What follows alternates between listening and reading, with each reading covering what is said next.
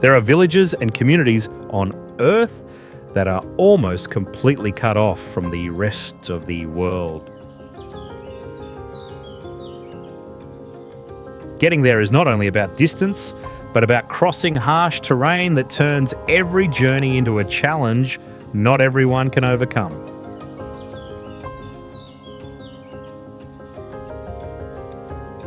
In some places, outsiders must travel for hours, sometimes even days, before reaching the hidden life deep within those remote lands.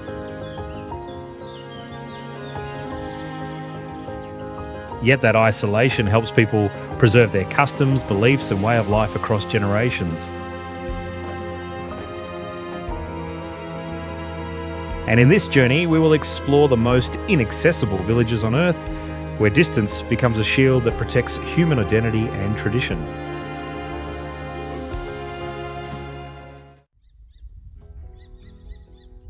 Saxon Faroe Islands.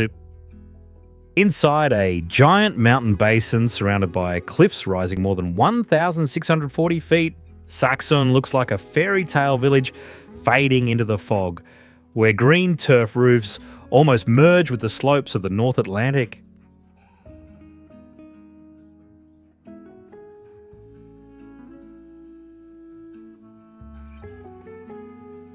The lagoon in the valley changes shape with every tide, opening a white sandy path toward the ocean when the water falls, then turning into a vast grey mirror when the tide rises.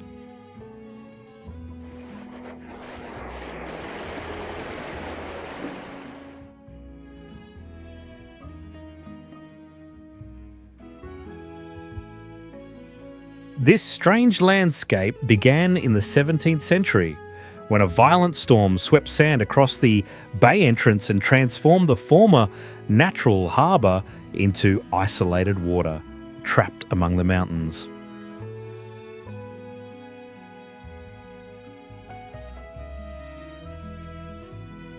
The remoteness of this place is also shown by its stone church with a turf roof, which was taken apart elsewhere and carried across the mountains to be rebuilt here in 1858.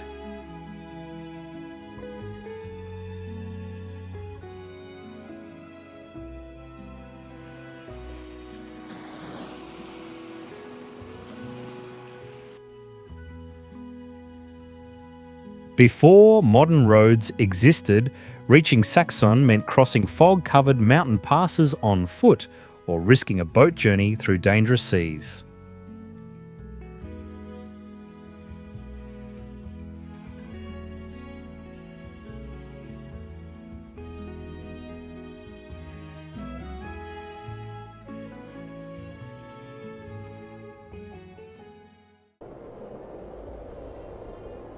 Longyearbyen, Norway. This Arctic frontier is warming so rapidly that winter temperatures have risen by up to 13 degrees Fahrenheit, threatening the frozen permafrost layer buried deep beneath the town.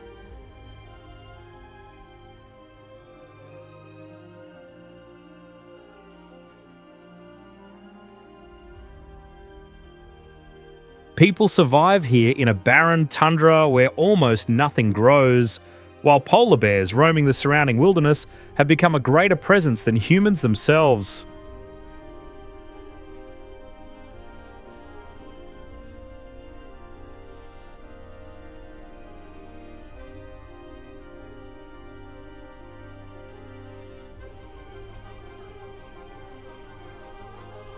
To stop heat from melting the frozen ground and collapsing buildings, nearly every structure must stand on deep support piles driven far into the earth.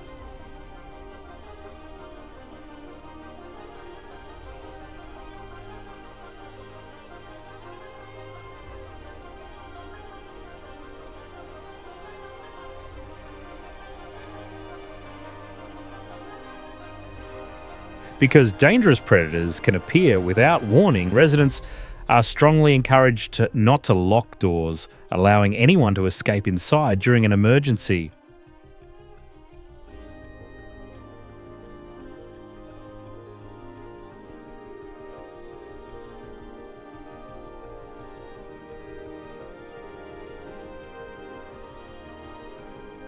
394 feet beneath frozen rock, a doomsday seed vault now protects more than 1,200,000 crop samples as a final backup for human survival after global catastrophe.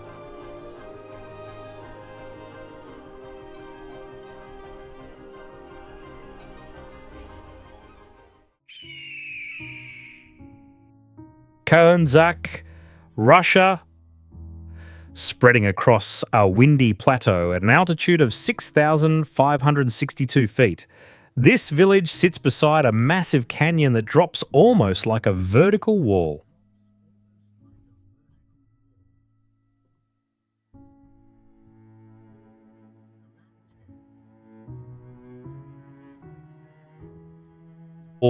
The landscape is split into two strange worlds, with peaceful sheep grazing fields on one side and a 328-foot abyss filled with clouds on the other.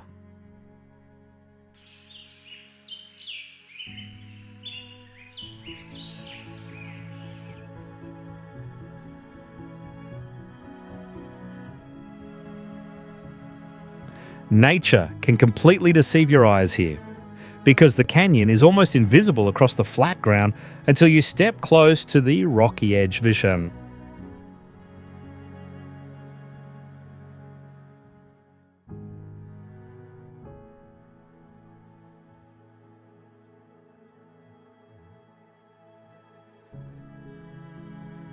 Living beside this drop with almost no protective barriers, residents grow up treating caution as part of daily life in the mountains.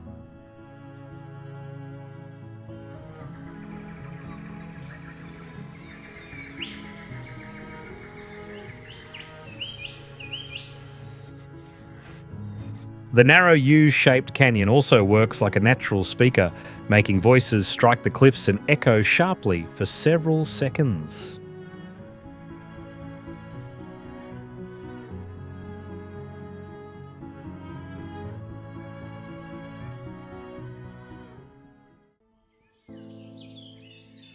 Weiribo. From wide viewpoints, Weiribo shows a mountain village model where geometric layout, house form, and a central space combine into a recognizable system that operates efficiently in a forested highland environment.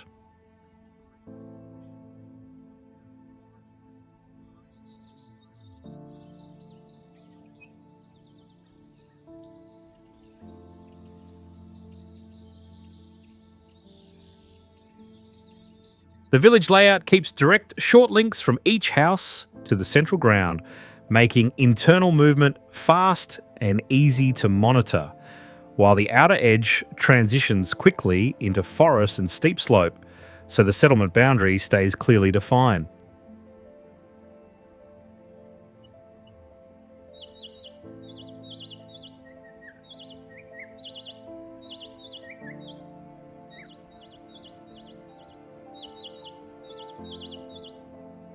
The signature architecture is a multi-level timber structure with a thick natural fibre roof, providing strong rain protection and thermal buffering while stacking living, storage and crop handling functions vertically on limited terrain.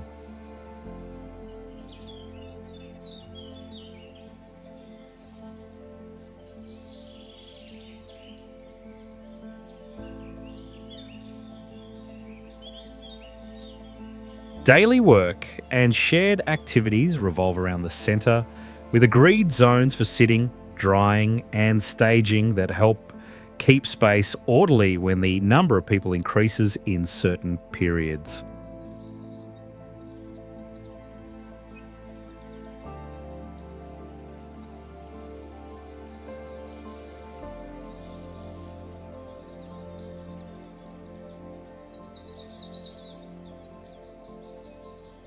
Wairabo sits high on the slopes of Flores in Indonesia as a compact circular village where cone roof houses stand close together around a central open space used for community routines and daily coordination.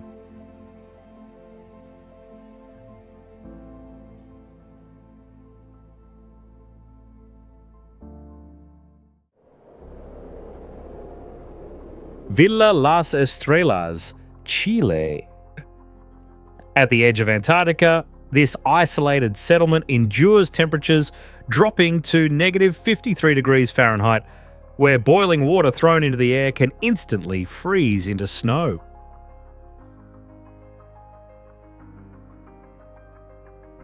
Across the barren, treeless landscape, brightly coloured houses must be tightly anchored to volcanic rock to survive violent polar winds.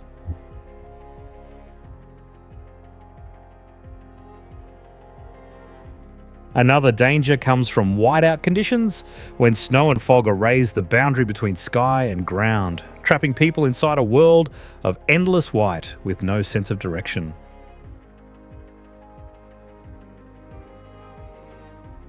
During the darkest winter months, when many people leave the continent, their tiny school can become almost empty, leaving only a handful of people holding on in the frozen silence.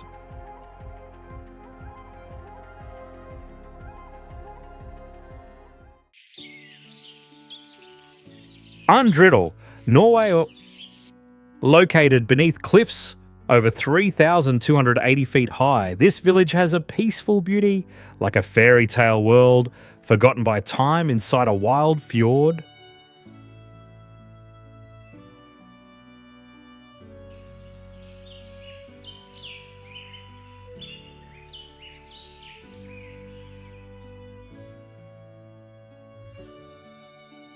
From the water's edge, waterfalls pour down the cliffs behind the village when spring ice begins to melt.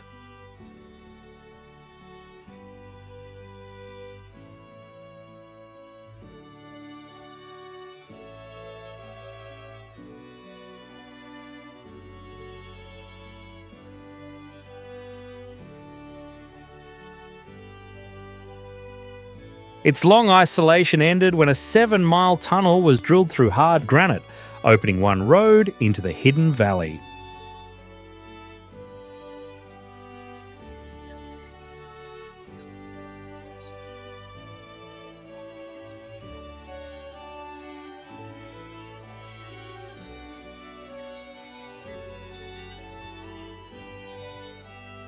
Inside the old wooden church, a medieval brass bell has been ringing for 8 centuries, carrying the memory of generations who lived quietly between mountains and water.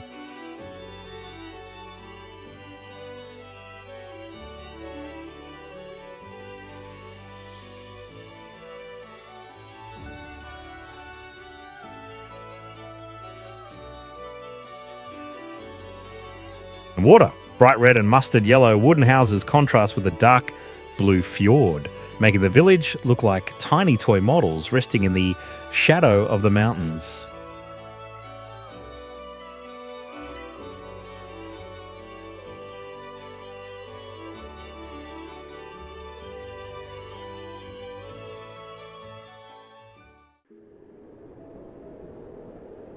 Kulusuk, Greenland's surrounded by drifting ice for up to 9 months every year, this isolated settlement remains one of the most authentic gateways into the traditional Inuit way of life.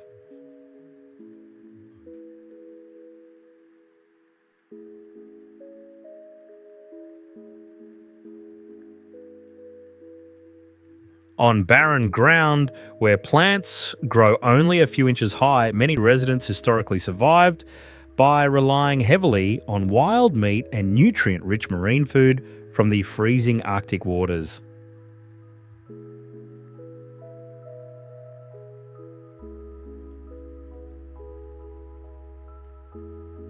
Life here becomes a constant battle against nature as temperatures can fall to negative 4 degrees Fahrenheit, while violent winds rushing down the mountains reach over 124 miles per hour.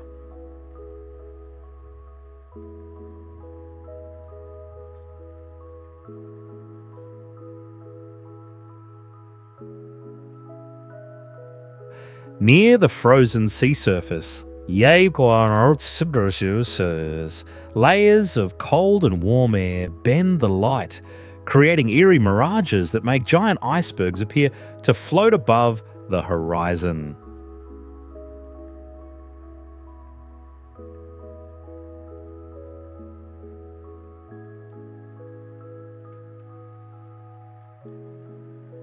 The silence of the icy bay is often shattered by thunderous cracking sounds, as enormous masses of ancient ice slowly split apart and collapse into the dark water.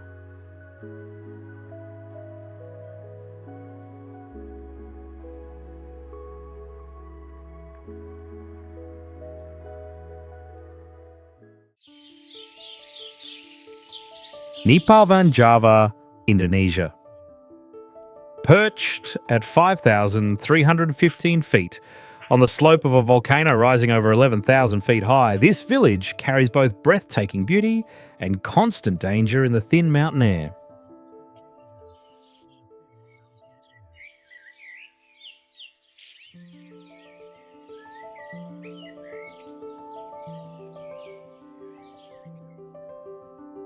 Because the settlement clings to steep terrain with almost no flat roads, the roof of one house often becomes the terrace of the home above, connected by narrow alleys less than 5 feet wide.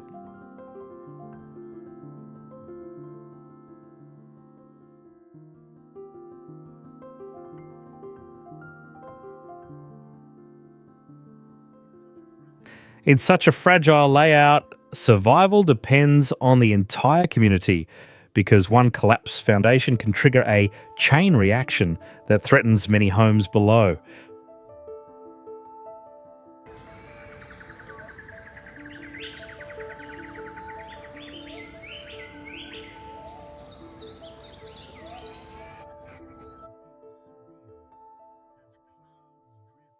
The atmosphere feels surreal as clouds drift directly through the village, sliding past stairways and windows until the whole mountainside disappears into fog.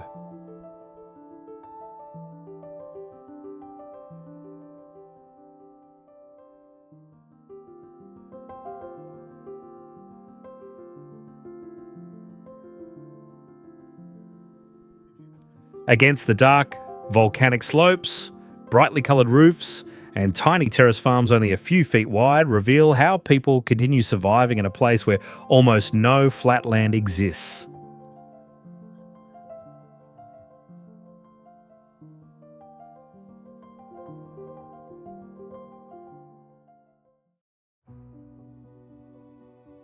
Simorolawang, Indonesia.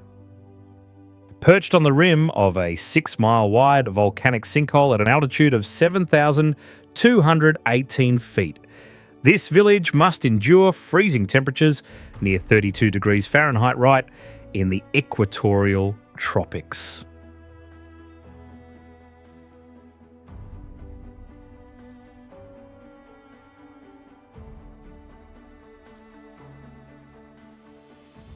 To survive the harsh environment, residents live in low, tightly sealed houses and wrap themselves in colourful cloth to block cold wind and sharp volcanic ash.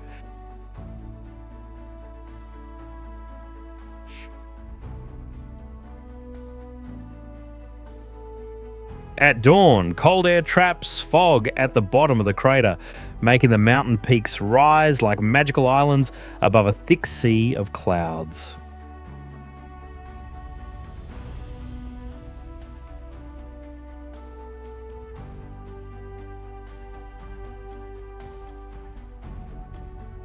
Yet danger is always close, as the ground trembles with deep, roaring sounds, while sulphur gas smelling like rotten eggs drifts from a volcanic crater less than 2 miles away.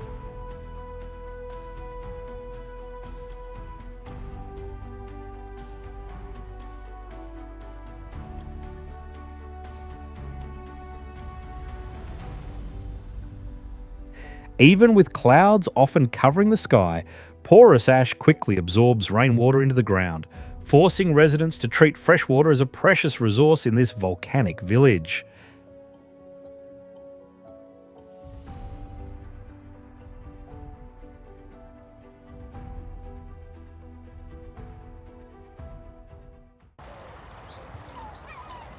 Great Viken, South Georgia.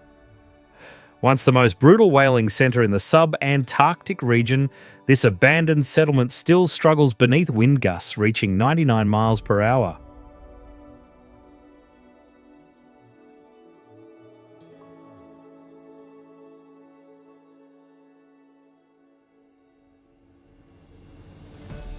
The bloody industrial ruins of the past have now surrendered completely to nature, becoming a resting ground where elephant seals weighing up to 8,818 pounds lazily sleep across cracked concrete floors.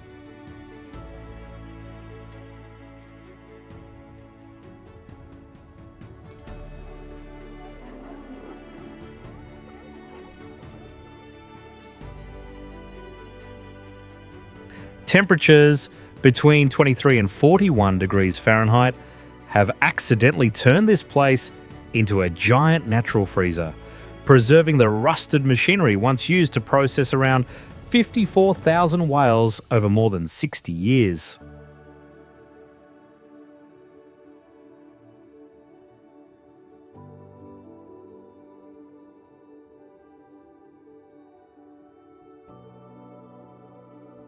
While nearly 300 whalers once crowded this remote bay among the smell of oil, smoke, and carcasses, the permanent human population today has fallen to exactly zero.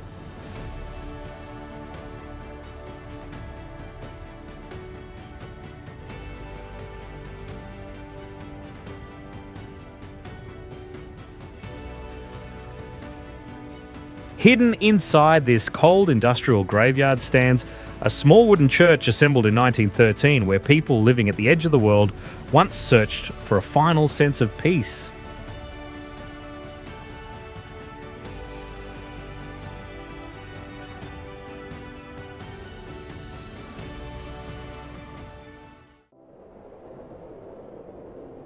Inari, Finland.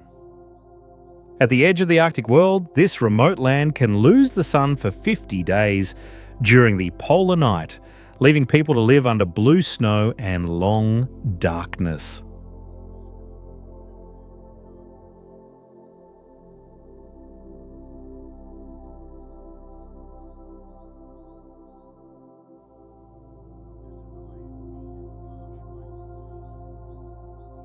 To survive 8 harsh micro-seasons, the indigenous Sami people have long followed the movement of reindeer herds and adapted their lives to snow, ice, and changing pasture land.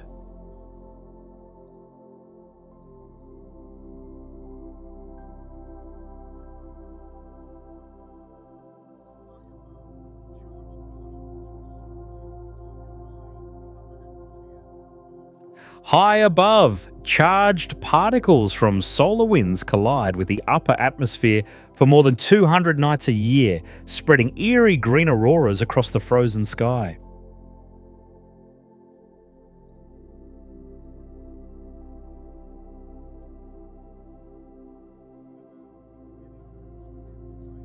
Below, heavy frost bends pine trees into strange silent shapes, turning the white forest into a maze where direction can vanish within minutes.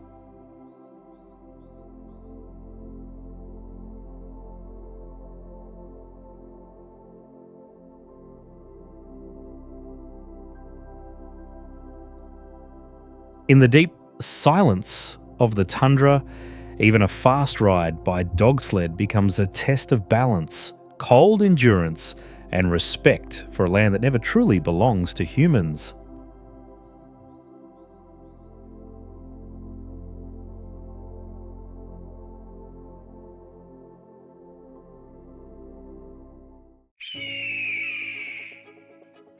Kinalug, Azerbaijan. Hidden above the clouds at 7,710 feet, this 5,000-year-old mountain village stands in air so thin that many lowland visitors struggle to breathe.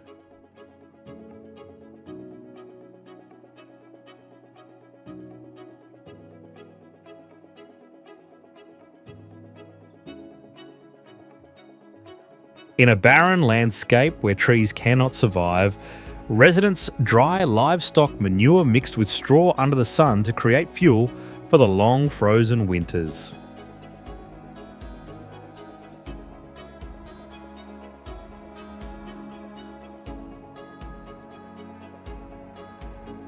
Isolated for centuries in the high mountains, the community still preserves a unique language passed down entirely through speech without a traditional written form.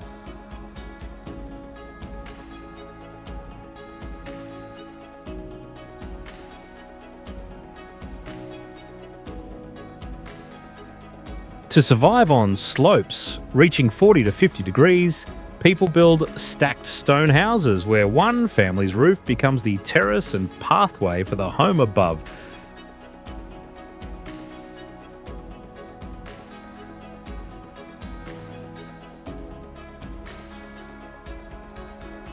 Even sheep spend their lives balancing across steep hillsides that appear to defy gravity, showing how every part of life here has adapted to the mountain.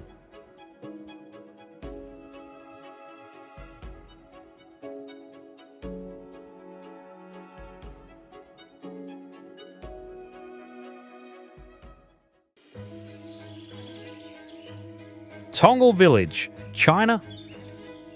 Perched on a 60-degree mountainside more than 6,562 feet above sea level, this isolated village stands in air thin enough to leave many outsiders struggling to breathe.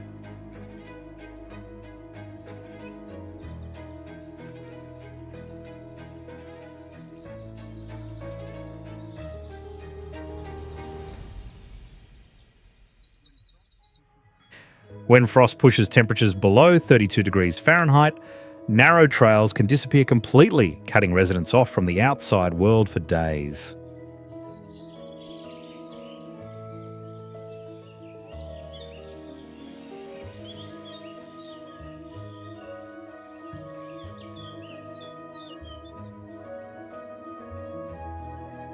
To survive on the unstable slope, nearly 150 wooden houses are locked together without iron nails, forming giant stacked layers across the mountainside.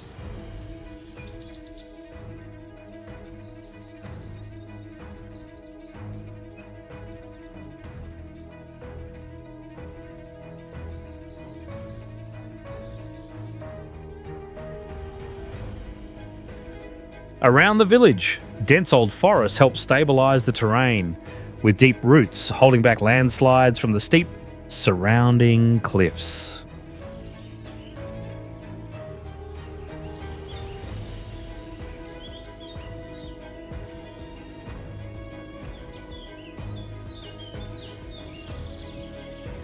Trapped between dark gorges, the settlement loses sunlight early each afternoon, as massive mountain shadows swallow the village and pull freezing air across the narrow paths.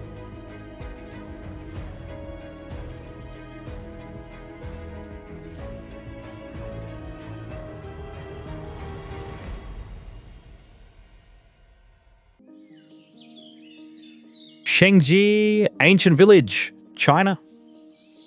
Perched on a 30 to 40 degree mountain slope, this complex of 600 ancient houses blends into nature like a giant rammed earth Rubik's Cube.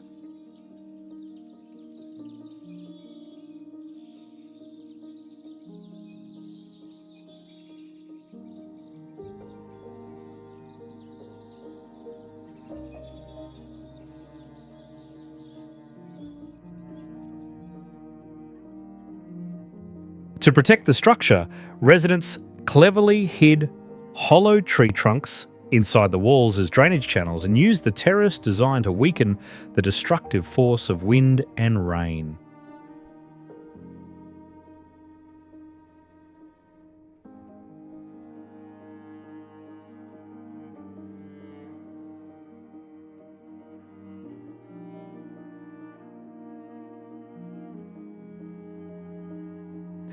The astonishing part is that this earthen village expanded for more than 500 years without ever needing a single formal architectural blueprint.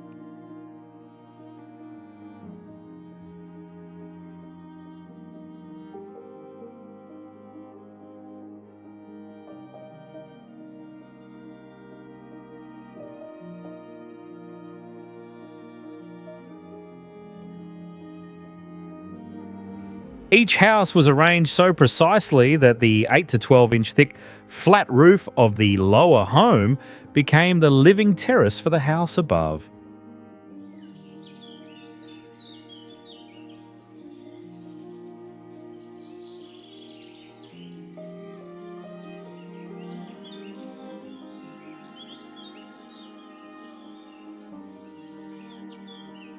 Hidden beneath the mud shell is a strong wooden framework with flexible joints, helping the entire village endure powerful earthquakes. And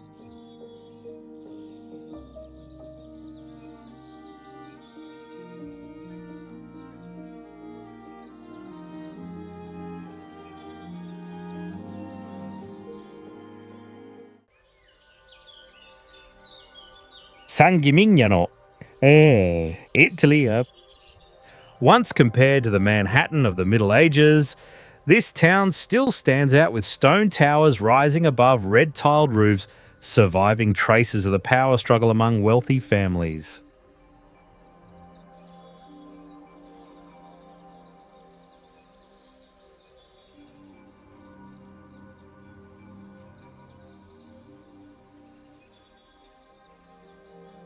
Its almost unchanged appearance was partly preserved because the town fell into decline, allowing the entire historic centre to be recognised as a World Heritage Site in 1990.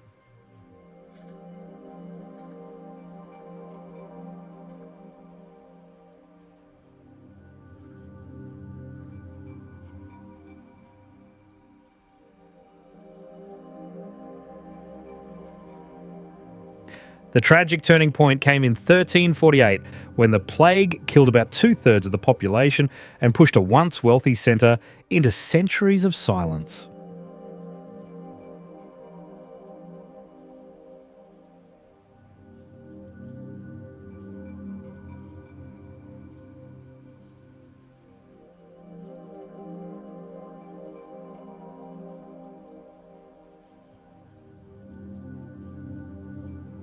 Before that disaster, San Gimignano had been an important stopping point on the pilgrimage route to Rome, where passing travellers brought trade and prosperity.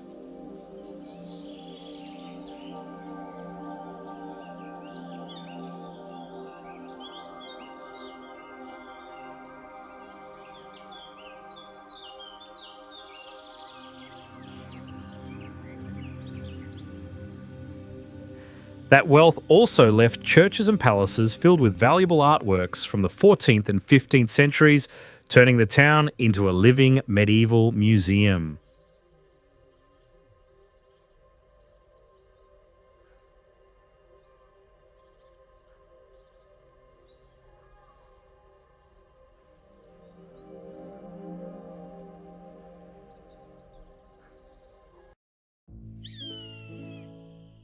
Chinguetti, Mauritania. Like a dying red sandstone city in the Sahara, Chinguetti is being invaded by giant dunes that spread through its narrow lanes and move deeper into the old town at speeds of up to 164 feet each year.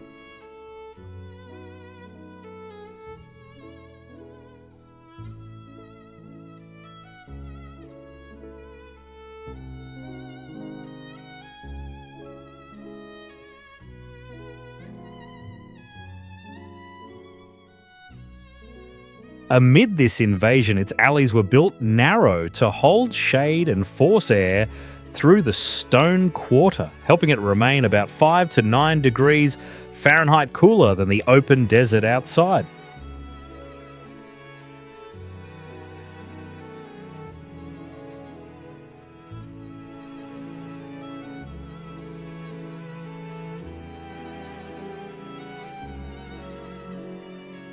Hidden inside houses slowly being covered by sand are more than 6,000 ancient manuscripts dating from the 9th century, guarded by generations of families even as their pages decay in the harsh, dry climate.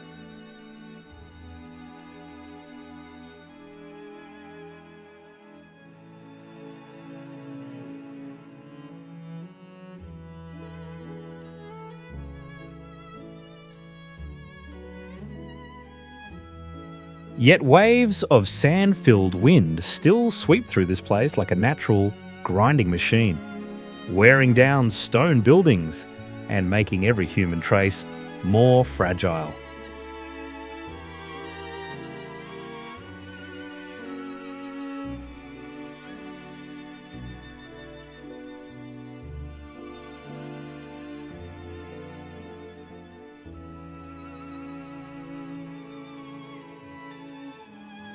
It is hard to believe that this fading city was once a major stop for traders and pilgrims crossing the desert, where tens of thousands of camels once gathered in the ocean of sand.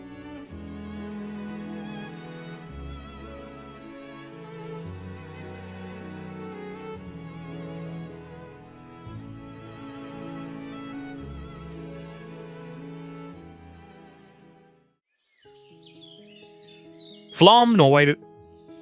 Winter in Flom feels like a trap of darkness because this village lies at the inner end of a fjord system stretching 127 miles beneath mountain walls rising more than 3,281 feet that block direct sunlight for months.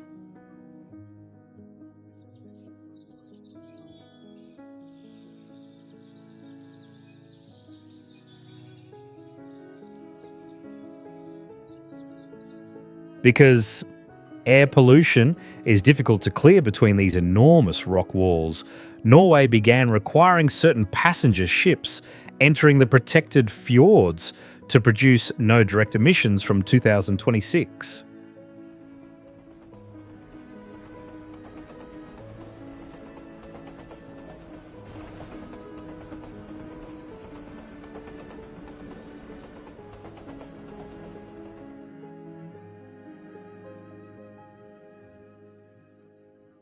That pressure becomes even clearer because only about 350 residents live here, while huge numbers of visitors arrive each year in a tiny space enclosed by mountains and water.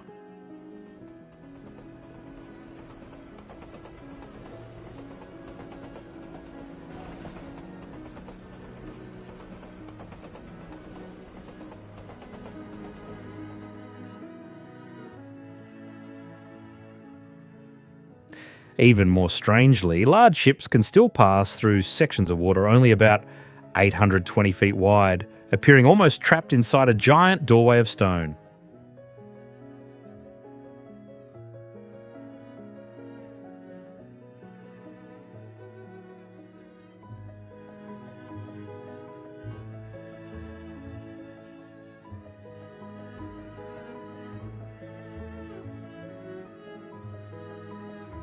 When spring arrives, melting snow from the peaks turns into dozens of waterfalls, more than 328 feet high, crashing into the valley and replacing the silence of Flom with a violent roar of water.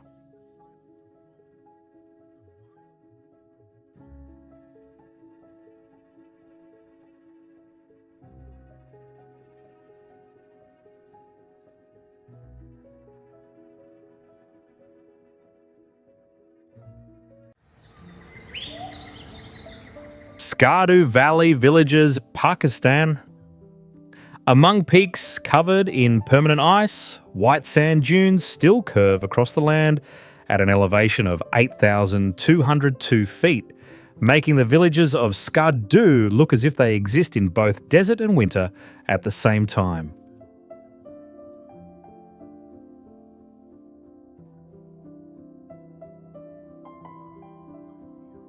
Life here appears fragile, yet vivid, as green apricot orchards cling beneath barren cliffs while sand from the valley floor can rise and leave grey stains across the snow.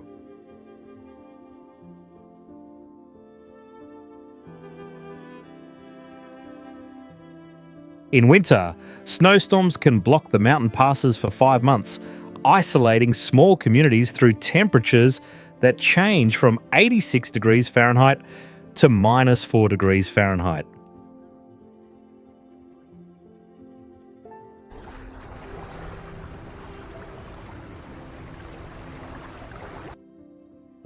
Within this isolation, the Balti people still preserve a language and way of life shaped by ancient Tibetan roots, giving this mountain region a culture unlike much of Pakistan.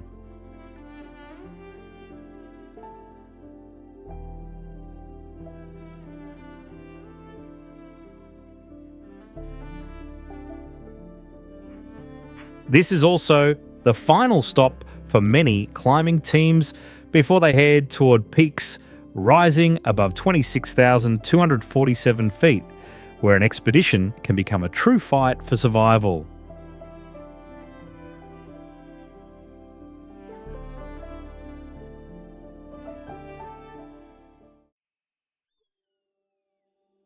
Arkarula, Australia. Looking like a fragment of another planet dropped onto Earth, Arkarula reveals twisted red and purple rock ranges that preserve more than 1.6 billion years of geological history.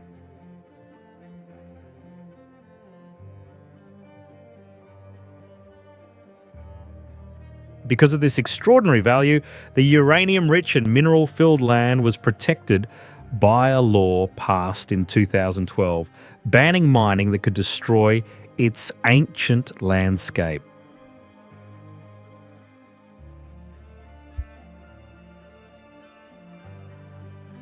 Arkarula is not only a record of Earth's past, but also an important refuge for the rare yellow-footed rock wallaby, which still survives on dry and dangerous rocky slopes.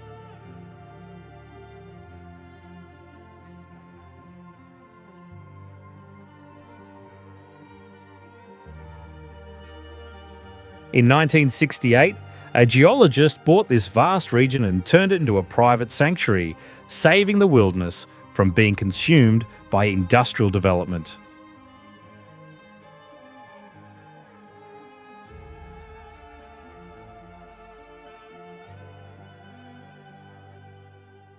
Today, modern robotic observatories stand on its bare rocky peaks, creating a strange image of future technology placed inside a stone world older than complex life on the planet.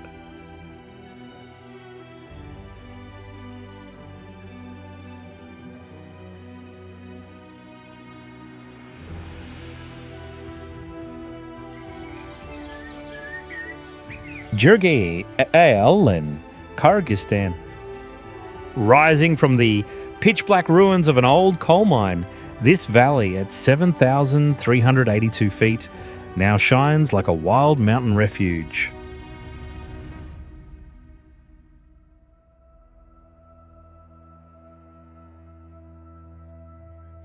Even as a skiing sanctuary, it has no cable cars, so visitors must rely on horses or backcountry routes to reach the slopes and cross deep powder snow.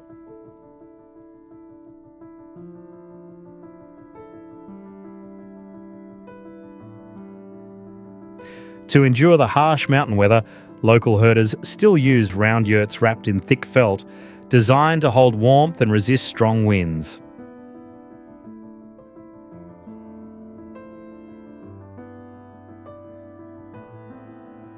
In summer, the valley transforms as green grass spreads across the land, slowly swallowing the rusting iron machines left from its meaning past.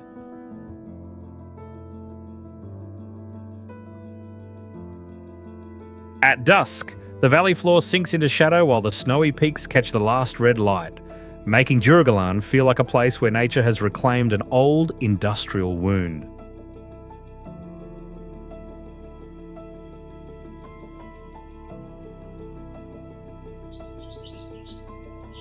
Chantilly, Georgia. Hidden in a high mountain valley almost cut off from the world, Chantilly appears like a stone fortress, where about 60 grey towers are linked together and blend into the cliffs of the Caucasus Mountains.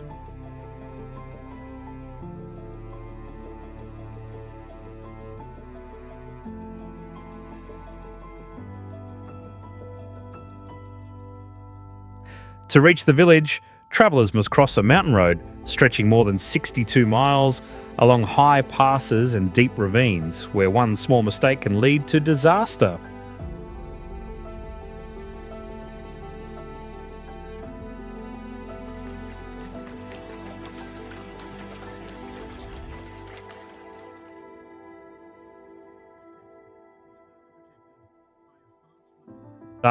This dangerous setting is further protected by a fast-flowing river, steep mountain slopes, and snow-covered peaks, leaving Chantilly almost isolated when winter arrives.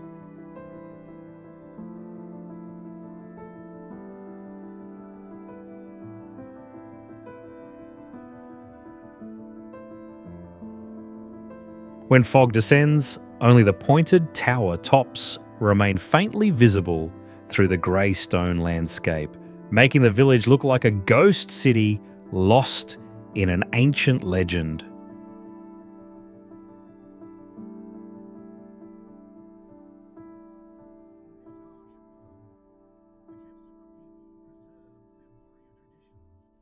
In this harsh world, the Kevsur people preserved their warrior traditions and devotion to protecting their homeland, turning Shatili into a living symbol of mountain courage.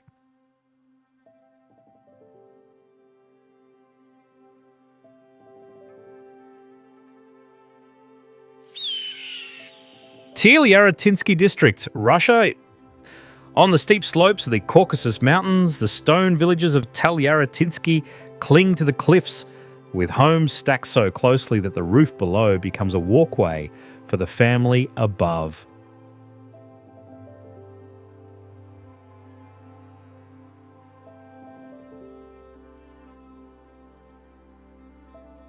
To cross this isolated land, local people must follow narrow dirt roads beside ravines more than 1,000 feet deep, where one small driving mistake can lead to disaster.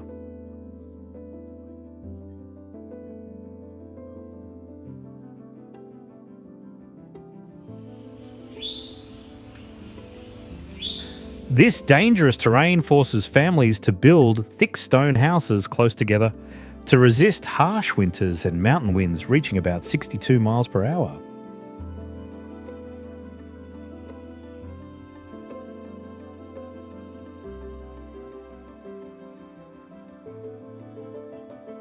Beyond the old houses, the landscape quickly changes from forest to high green meadows and then to snow-covered peaks, showing how dramatically nature shifts within a short journey.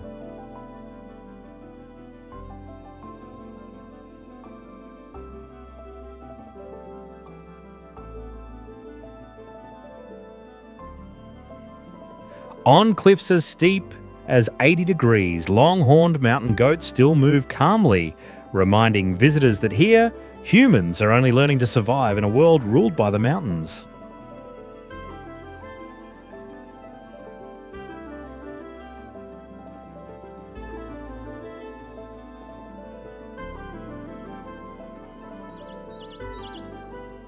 Inle Lake, floating villages. From wide viewpoints, Inle Lake floating villages appear as interwoven bands of stilt housing, floating plots, and boat lanes, showing how living space, mobility, and production can be structured when water is the main infrastructure.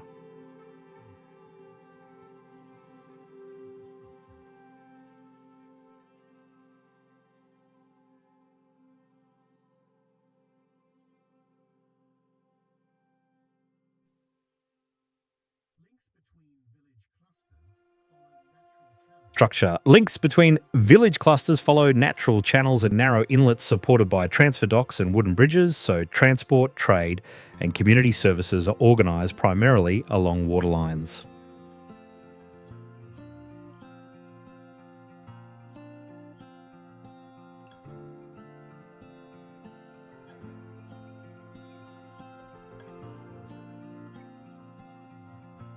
Lines. A key visible feature is the floating garden method, where vegetation mats and lake mud are anchored into long beds on the water, placing cultivation beside the village and reducing reliance on land-based fields.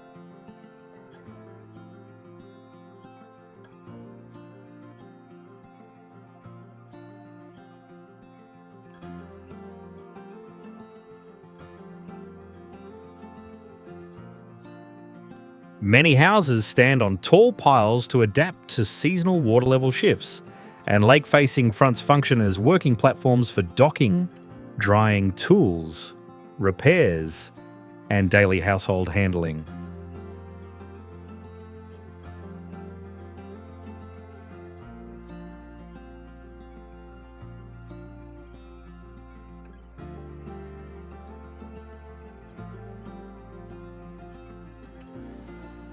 Across a broad lake surface in Myanmar, Inle Lake, floating villages operate as a stilt settlement system fully dependent on water transport, where homes, jetties, and raised wooden walkways run alongside boat routes on open water.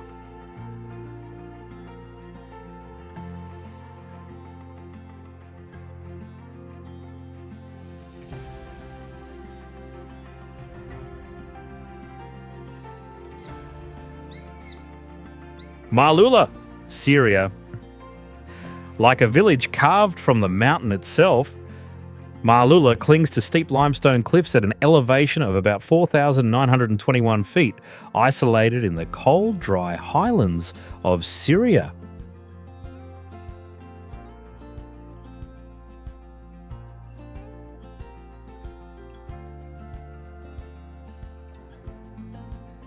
Its stone-coloured houses are stacked one above another and pressed against the cliffs, making the boundary between human homes and the natural mountain almost disappear.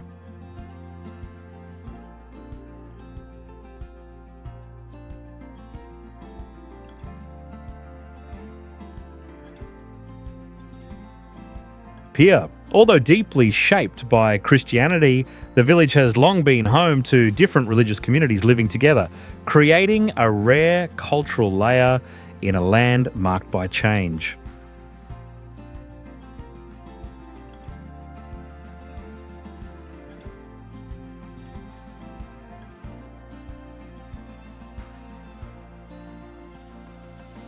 The most extraordinary value of Malula is that some residents still speak Western Aramaic, an ancient language once spoken in the time of Jesus.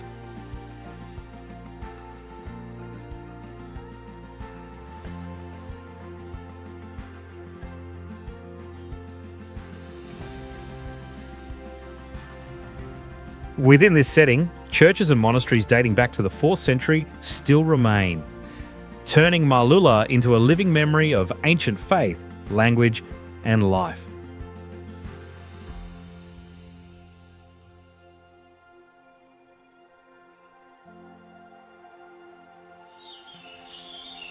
Hasroun, Lebanon. Known as the Rose of the Lebanese Mountains, Hasroun stands out on grey rocky slopes, with bright red tiled roofs blooming between green forests and mountain clouds.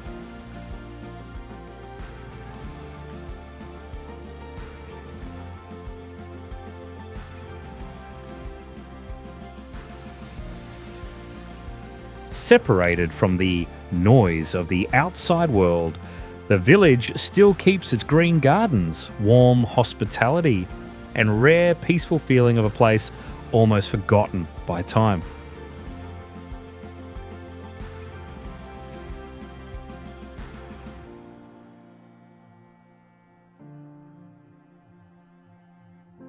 From the edge of the town, visitors look down into deep rocky drops, where clouds often drift through the cliffs and make Hasroun feel like a natural fortress hanging in the sky.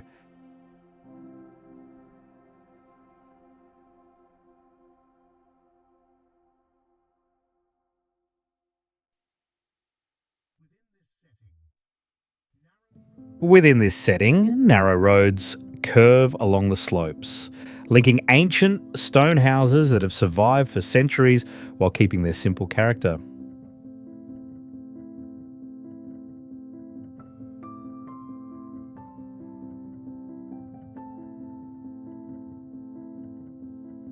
Most remarkably, the red-roofed houses seem to rise directly from the limestone mountain, creating a rare harmony between human life and untouched nature.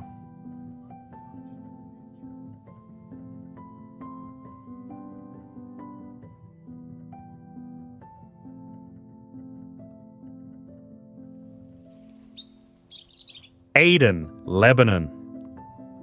When the lowlands sink into heavy heat, Aden still receives cool mountain winds, becoming a green summer refuge high above the warmer parts of Lebanon.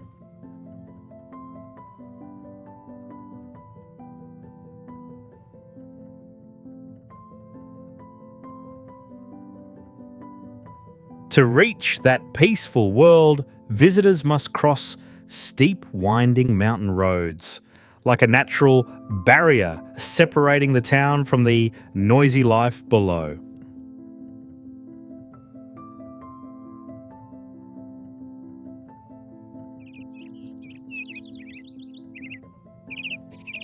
Over many centuries, this isolated setting once sheltered Maronite Christian communities seeking to protect their faith, leaving a deep mark on local life.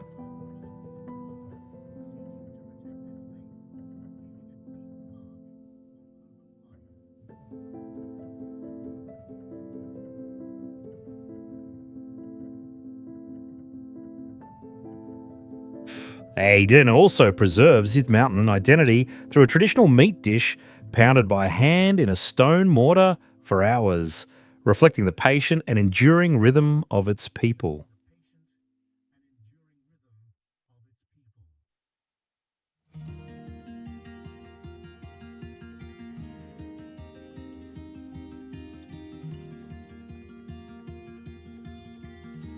Around the town are rare forests, where conifer trees, oak woodland, and mountain birds create a fresh, quiet world seldom found in the Middle East.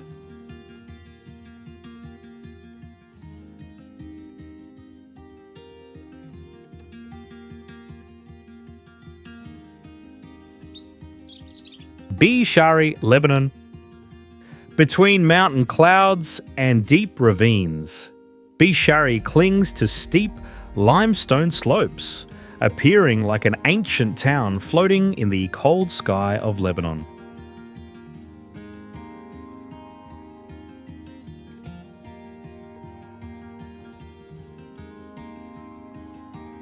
To reach this place, travellers must follow winding mountain roads beside a valley more than 3,281 feet deep, making the journey feel more like a test than a vacation.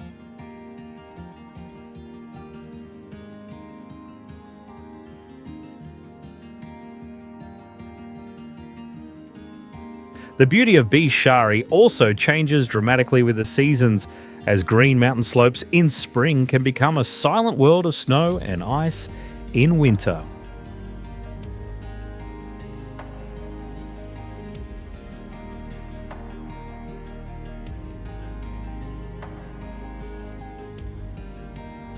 In this isolated landscape, Khalil Gibran, author of The Prophet Was Born, and his legacy is now preserved in a museum set deep inside a mountain cave.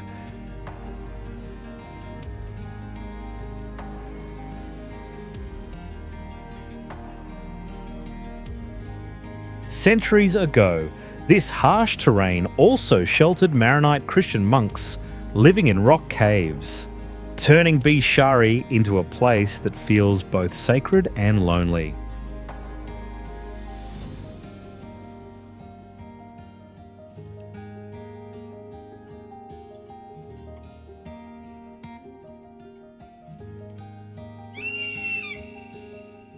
El Chalten, Argentina. In the empty wilderness of Patagonia, sharp granite towers cut through the clouds like giant teeth, forming a dark, frozen fortress that feels both majestic and frightening.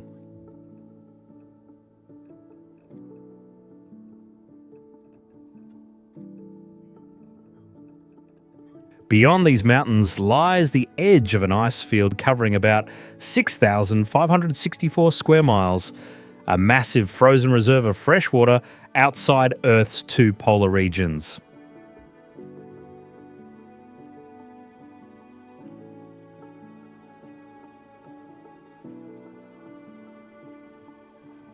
In this cold land, the weather can change within a single day, from brilliant sunshine to violent snowstorms and wind gusts reaching 93 miles per hour.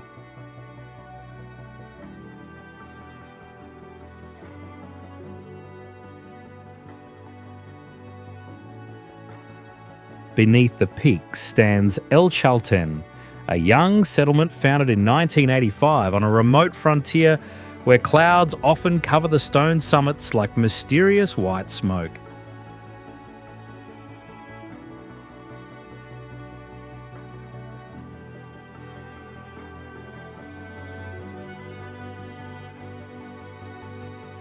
From steep, roofed houses built against snow and powerful wind, trails lead deep into ancient, moss-covered forests, turquoise glacial lakes, and silent slopes of broken rock.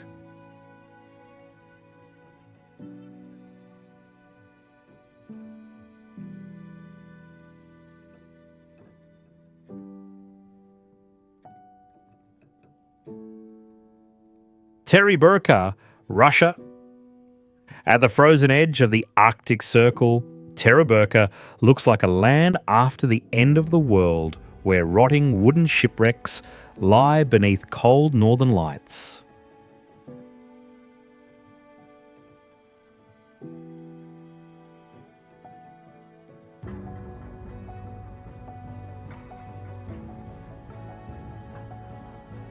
The journey here always feels like a gamble, because in only 15 minutes, calm weather can turn into a blinding snowstorm and leave visitors isolated.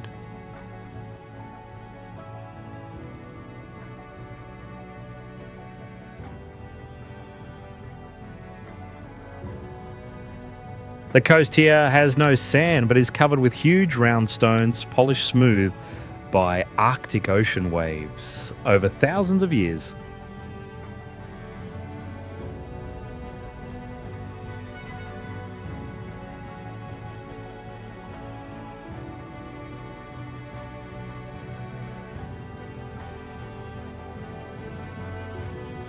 From a crowded fishing village, Terry Burker declined when the fleets left, leaving empty wooden houses slowly eaten away by sea salt.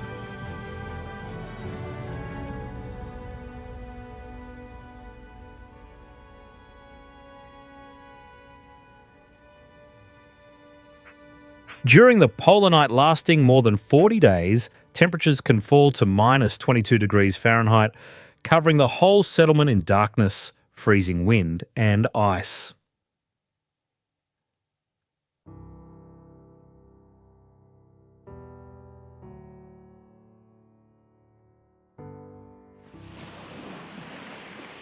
Vila do Corvo, Portugal. In the stormy Atlantic Ocean, Vila do Corvo stands on a volcanic island of only about 7 square miles, where fewer than 500 people live on an ancient lava strip reaching into the sea.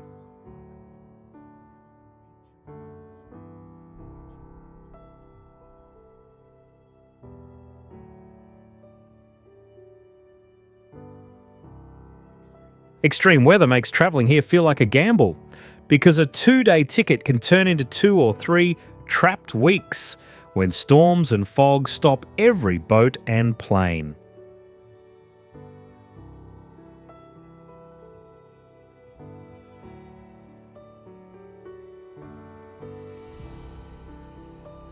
Flatland is so rare that the only runway, about 2,625 feet long, takes up a large part of the living space, and when no planes arrive, it becomes a familiar walking path for villagers.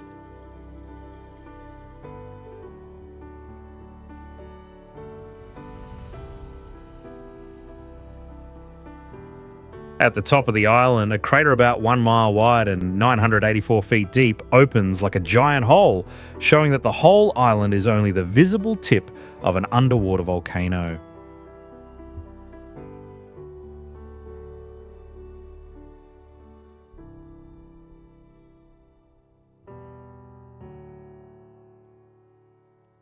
Although harsh for humans, this tiny island becomes a life-saving stop for hundreds of thousands of migrating birds blown off course by storms over the ocean.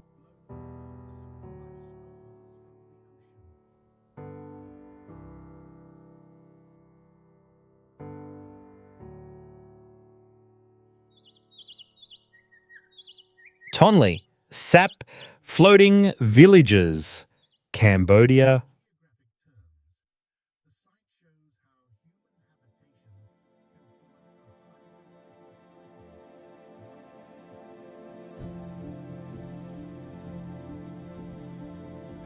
In geographic terms, the site shows how human habitation can follow a hydrological cycle rather than a fixed road network.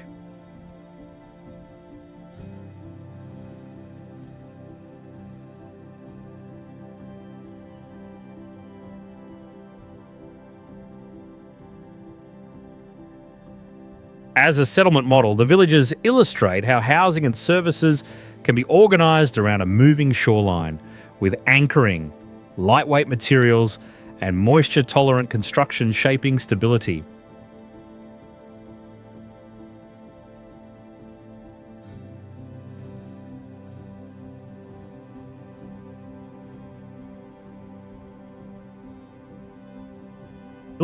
This flood pulse supports a highly productive freshwater ecosystem, and the wider Tonle Sap region was designated a UNESCO Biosphere Reserve in 1997.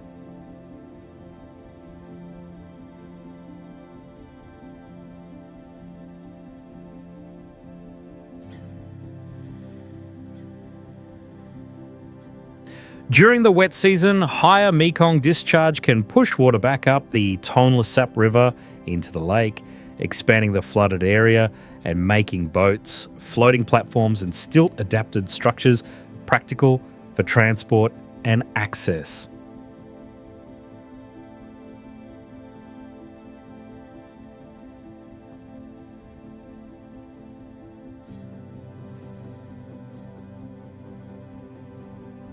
Tonle Sap floating villages are water-based communities around Tonle Sap Lake, where daily infrastructure is designed for large seasonal water level shifts and a rare flow reversal between the lake and the Tonle Sap River.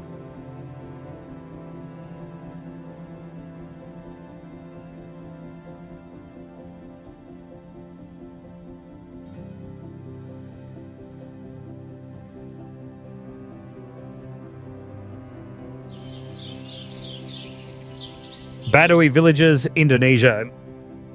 As a human geography case, Baduy villages show how architectural standards, circulation design, and resource rules can stabilise a settlement without relying on modern expansion.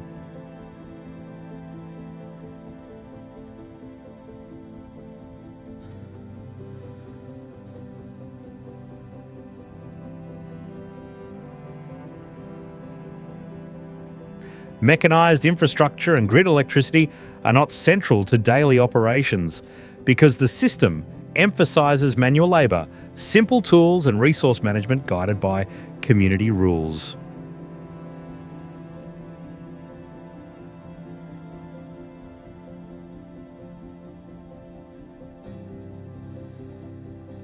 Village layouts often follow hillside lines for natural drainage, using narrow footpaths and earthen steps to limit erosion, while small-scale Swidden-style cultivation on slopes spreads weather risk across different plots.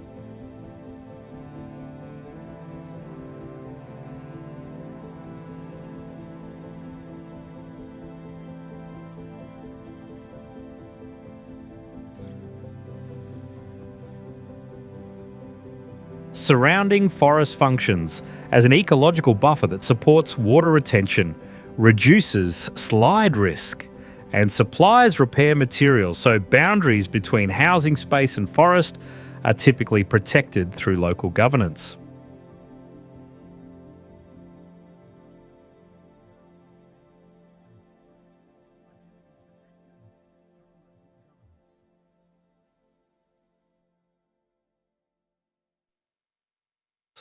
A clear marker of Baduy villages is the high level of standardisation in settlement rules and building materials, producing a consistent housing landscape of bamboo and timber stilt structures with woven walls and plant-based roofing suited to humid, high rainfall conditions.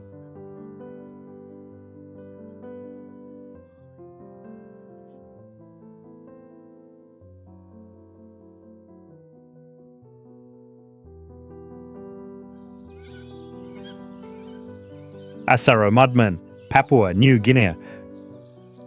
In the dark mountains and heavy mist of Papua New Guinea, the Asaro Mudmen appear like living ghosts because they do not show power with bright feathers or strong colours, but with white mud, silence, and a look that chills anyone who sees them.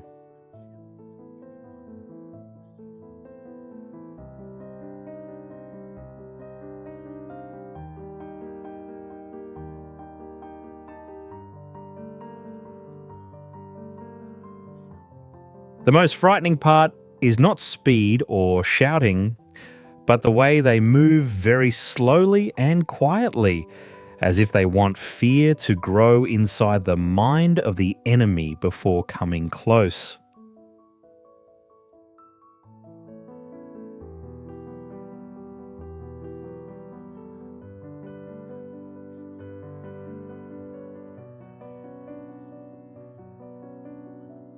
On their hands, they add long, sharp bamboo claws, so even one small wave can feel like a threat from something no longer fully human.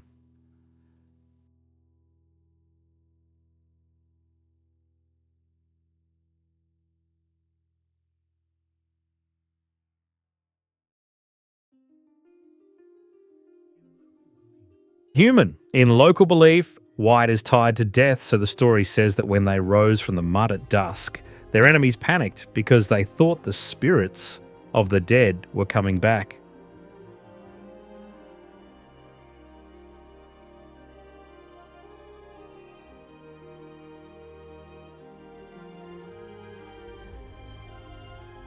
After that, they kept this form by wearing clay head pieces weighing about 20 to 30 pounds and pushing real boar tusks into them to build faces that look twisted, cold, and cruel.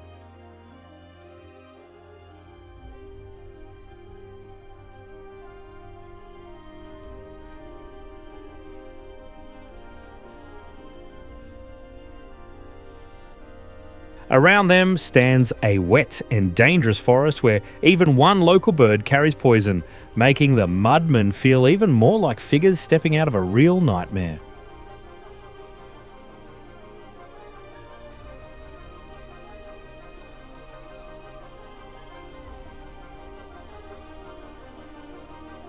Huli Papua New Guinea. Guinea. In the highlands of Papua New Guinea, the Huli stand out with bright yellow and red faces and bird of paradise dances like a clear sign of male strength.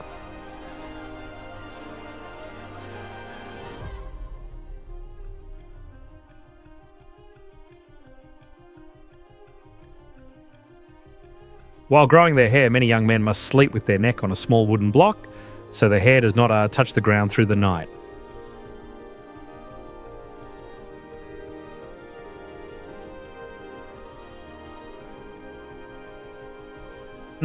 They live among deep valleys where ancient ferns grow as high as about 49 feet, making the land feel like a world from a much older age.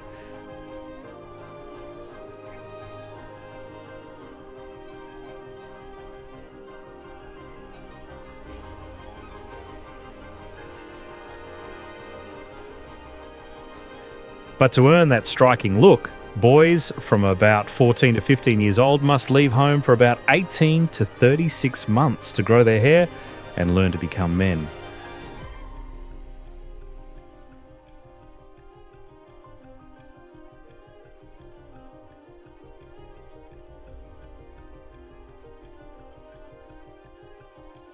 When the hair is long enough, they cut it to make a wig weighing about 7 to 11 pounds.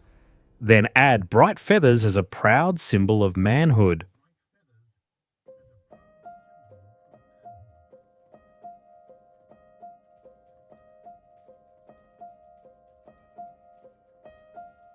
Even when drinking water, Huli men must use a long bamboo tube instead of touching the water directly with their lips, so their cleansing power is not lost.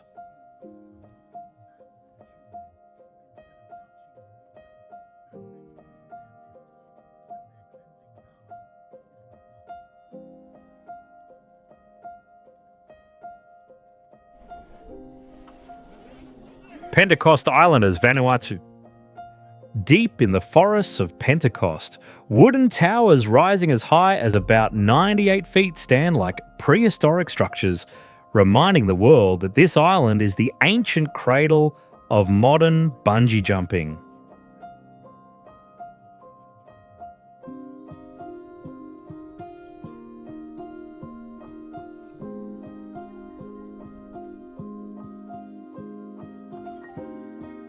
Yet the dive is not meant for thrill alone, because the jumper tries to let his forehead touch the earth lightly to ask for a strong yam harvest, while the singing of women below is believed to keep his spirit from getting lost.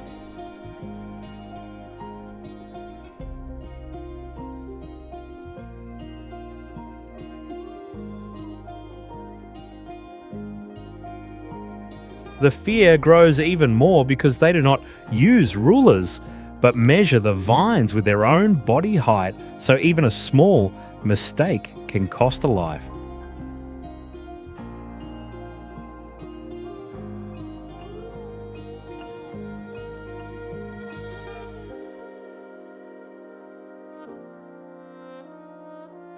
Before climbing the tower, the jumper must also settle every conflict with family and neighbours because people believe bad energy can cause the vine to break.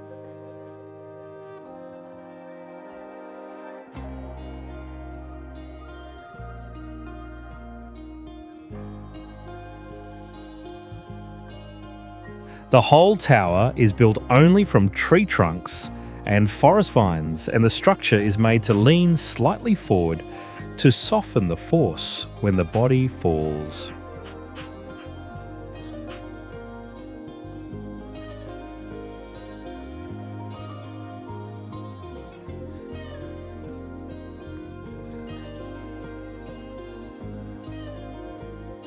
The tower has several jumping levels, and the highest one is reserved only for the bravest men, where one small error can turn the ritual into tragedy.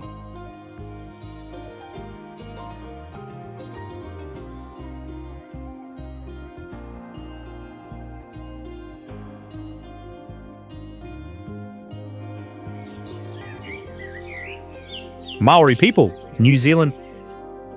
Crossing the sea around the 13th century, the Maori reached New Zealand carrying a proud spirit deeply tied to their ancestors, the ocean, and the strength of community.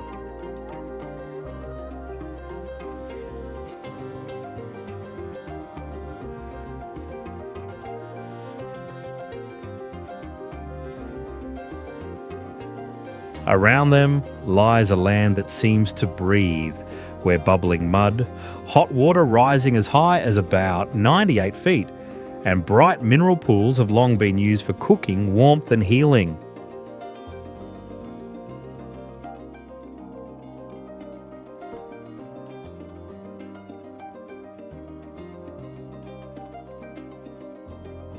In daily life, they touch nose and forehead to share the breath of life, while finely carved wooden meeting houses keep the memory of ancestors alive through every detail.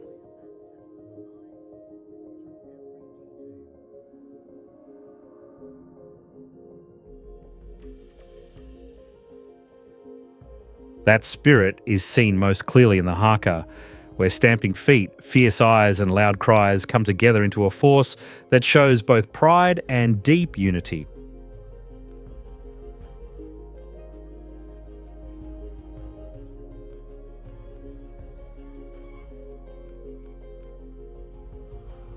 On their bodies, ta'a moko is more than tattooing because each deep carved line records family line, social place, and the story of a life.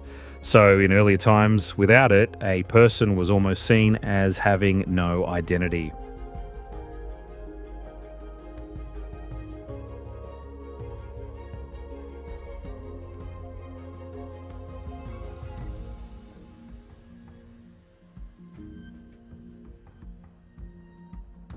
In that same land stand kauri trees that can live for about 2,000 years and grow more than about 16 feet wide, like silent witnesses beside the long history of the Maori people.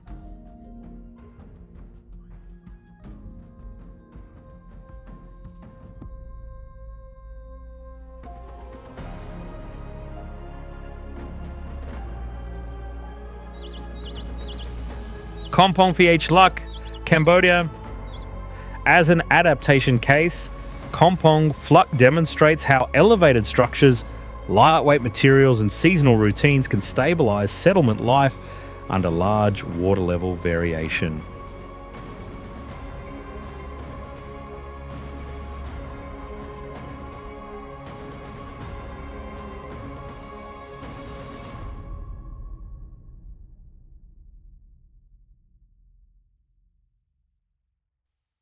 Mobility depends heavily on boats during inundation, while dirt paths and open yards become more visible in the dry months, showing how local infrastructure switches mode with the hydrological cycle.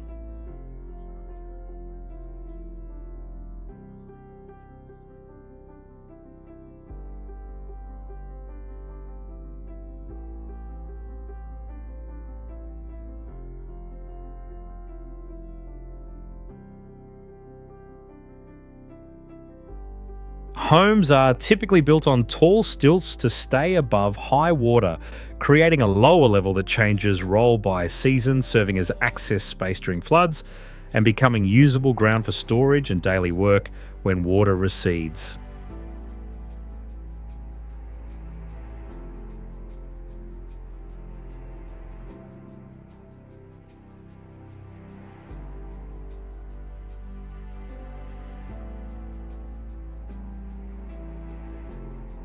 Livelihoods link closely to fisheries and water-related services since Tonle Sap's flood pulse supports high fish productivity and broad habitat for water birds.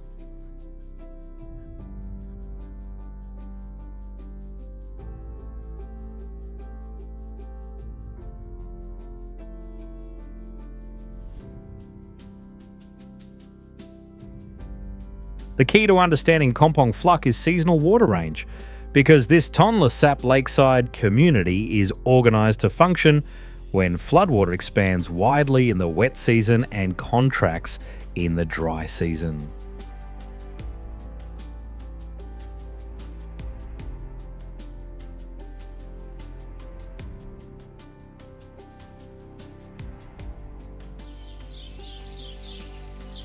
Huarani tribal are Ecuador, like ghosts of the deep forest.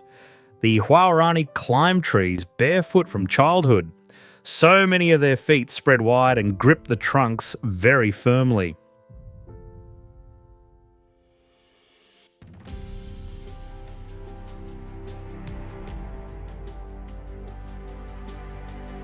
Even in such dangerous nature, they have no king or powerful chief, because important decisions are made together by the whole community.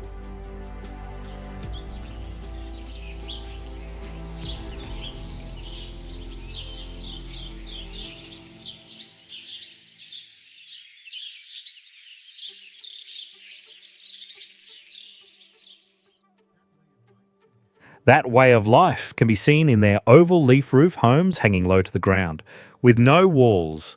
So air can pass through and wild animals can be seen from every side.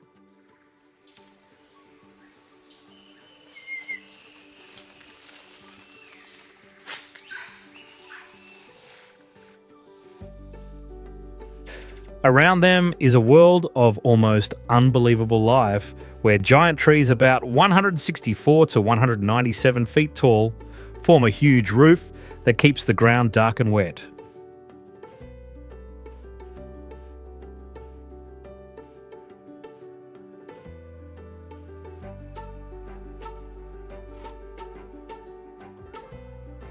In that world, a blowgun as long as about 13 feet becomes their most important weapon, helping them fire plant-poisoned darts high into the canopy with almost no sound.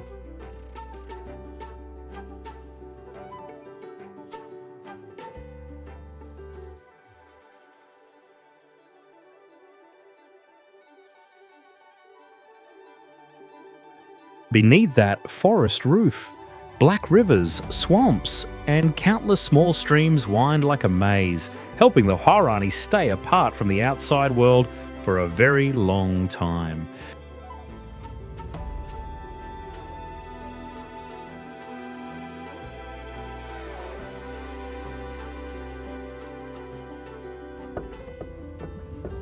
Baining people, Papua New Guinea.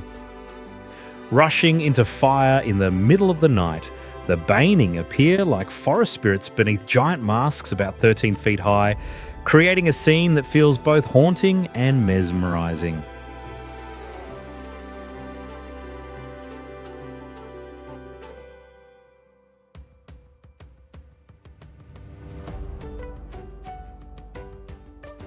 To protect their own way of life, they long ago withdrew deep into the misty mountains, stayed away from lowland groups, and preserved many old customs.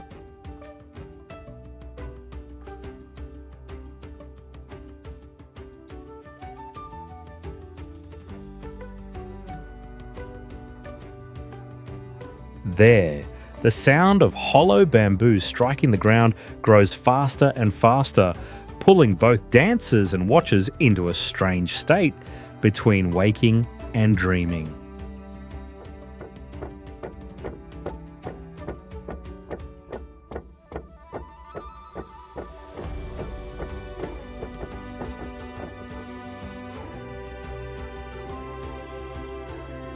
The masks are made from mulberry bark cloth stretched over bamboo frames with pale white eyes and such unusual shapes that the wearer seems no longer human.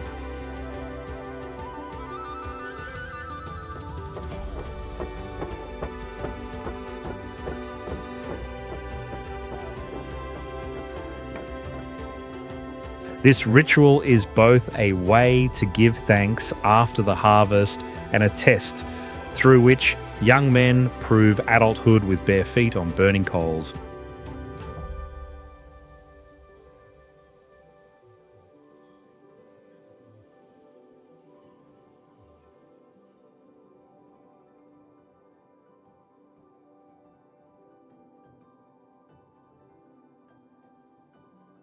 For the Baining, fire does not only destroy but also washes away what is bad and opens the way to a new cycle of life.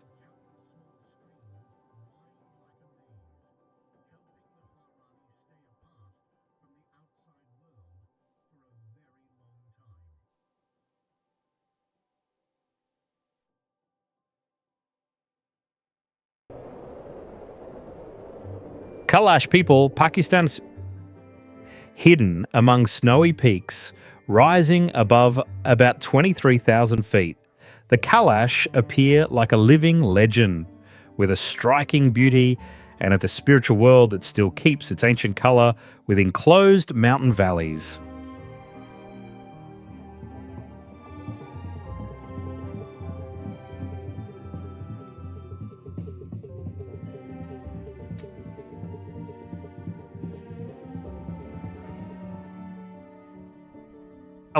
Their villages cling to cliffs at about 8,200 feet, where houses of stone and cedar are stacked so closely that one roof becomes another family's yard.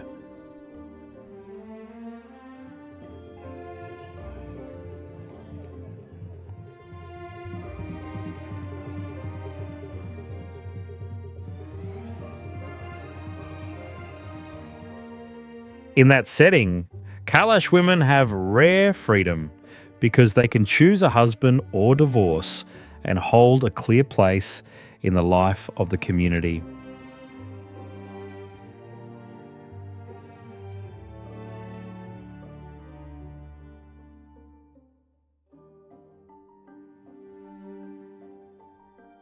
Unlike many nearby peoples, they still worship nature gods, believe spirits live in the mountains and forests, and offer animal sacrifice to ask for peace.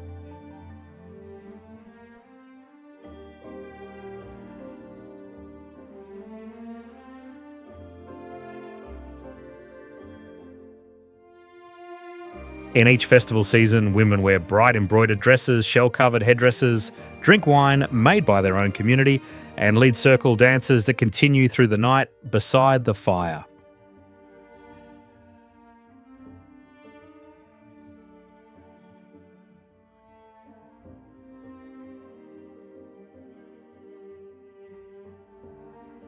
So within those cloud-covered mountains, the Kalash are not only an isolated people, but a whole world still moving to its own rhythm of joy, belief, and ancestral memory.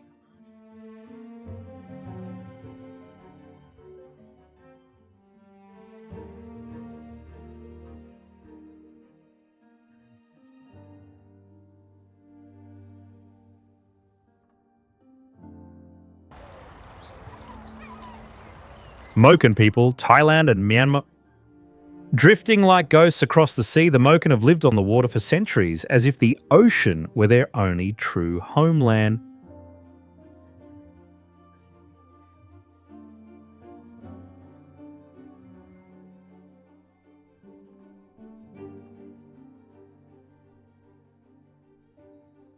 Many of them are born, grow up, and grow old without clear papers or nationality, so their whole lives stay tied to the shifting borders of the sea.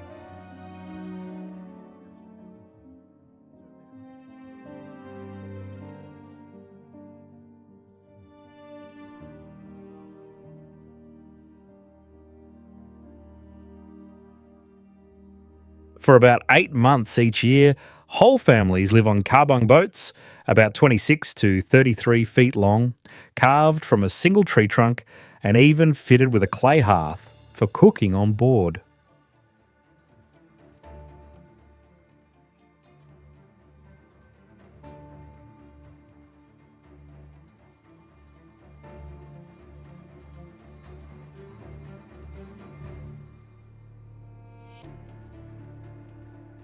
On board. From early childhood, Moken children dive so often that they can see underwater almost twice as clearly as ordinary children, even without goggles.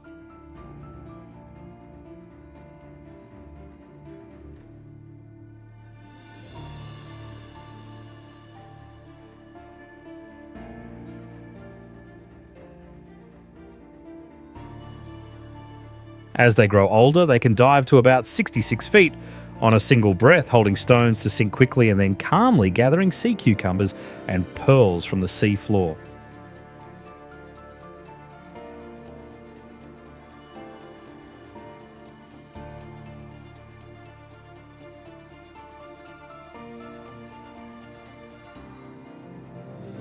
Floor. Among turquoise water and coral reefs as thick as a forest, the Moken appear like a people born to belong to the ocean itself.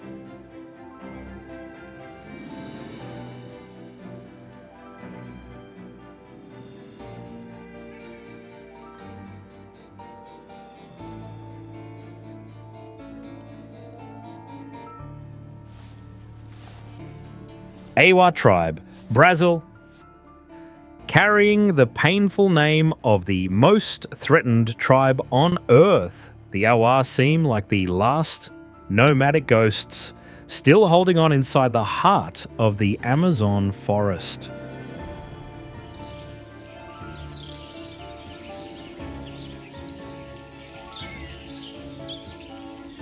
Thus, even today, many Awa groups are still running from the sound of chainsaws, which they call woodpeckers, moving deeper into the forest just to stay alive.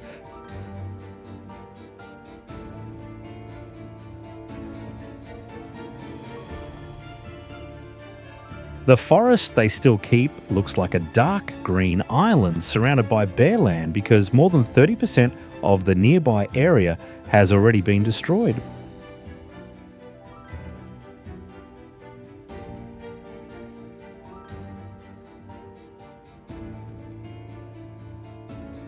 In the middle of that tragedy, Awa women still feed orphaned monkeys or wild piglets with their own milk and then treat them as family.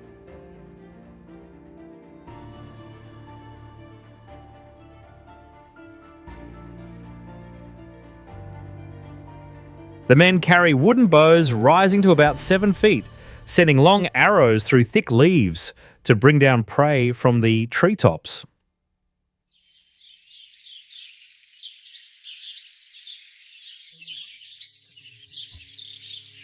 They were once settled people, but in the 19th century they left their fields and moved deeper into the forest, and even now some uncontacted groups still keep wandering in order to survive.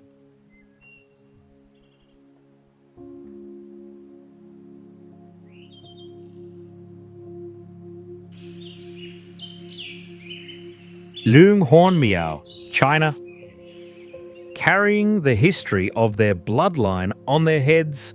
The Longhorn Meow still live apart among seas of mist and limestone mountains, like a world caught in the past.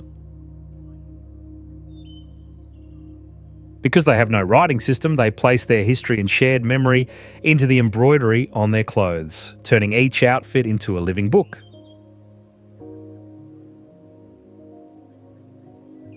During festivals, if a young man gently touches the wooden horn on a girl's head and she does not move away, it means he may begin to court her. The clearest symbol of the women is the great hair headdress, built on a curved wooden support about 2 feet long and weighing about 7 to 13 pounds.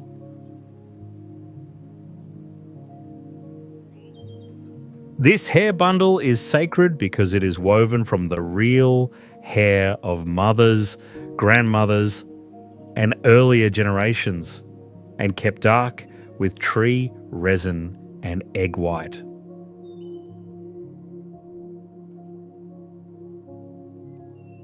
At dawn, mist fills the valley so deeply that the stilt houses and black roofs look like boats floating through the clouds.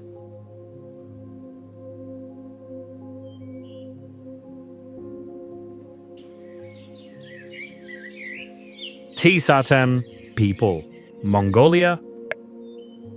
In frozen pine forest, the Tsatan still live with reindeer as one of the last nomadic peoples left on Earth.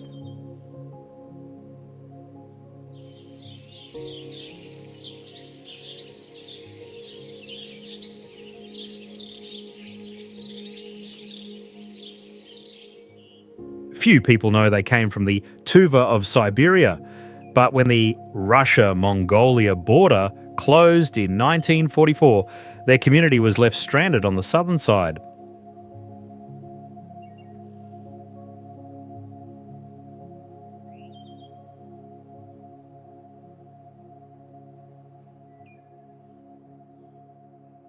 Winter here can fall to minus 58 degrees Fahrenheit.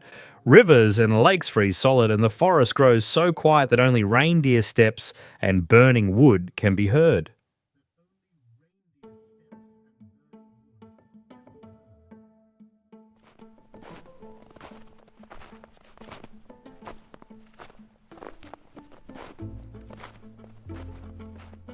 For them, reindeer are not animals to be killed for meat, but family, because they carry people through snow, give milk, and leave antlers that can be used as tools.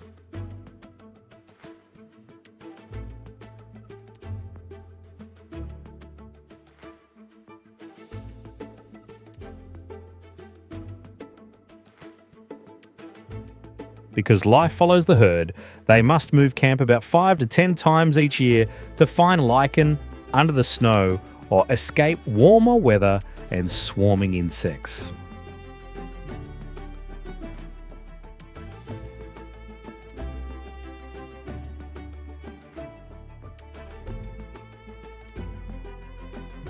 In that bitter world, shamans, often women or older people, heal the sick, read the weather, and keep contact with the spirits of the deep forest.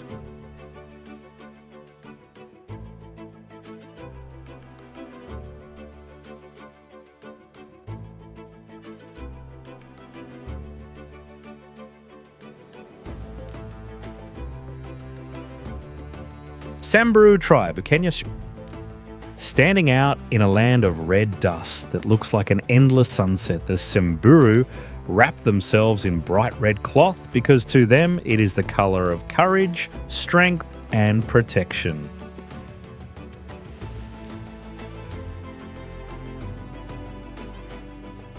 One striking detail is that the women themselves build the dome-shaped homes from mud, cow dung, and branches, so the houses can resist heat and be rebuilt when needed.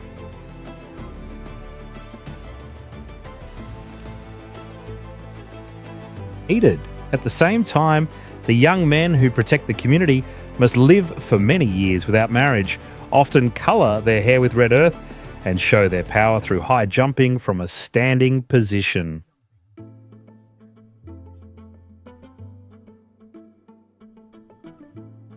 Beyond that, the women wear huge colourful bead collars weighing up to about 7 pounds, working like a living record that shows marriage, wealth, and social place.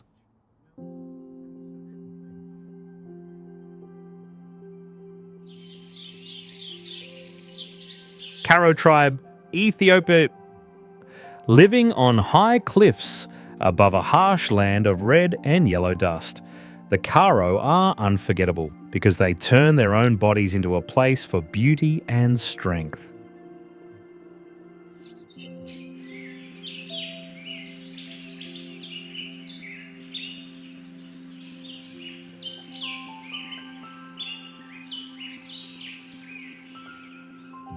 Both men and women often wear lip ornaments or place wooden pins below the lower lip, sometimes with beads or wildflowers, creating a look that feels both wild and attractive.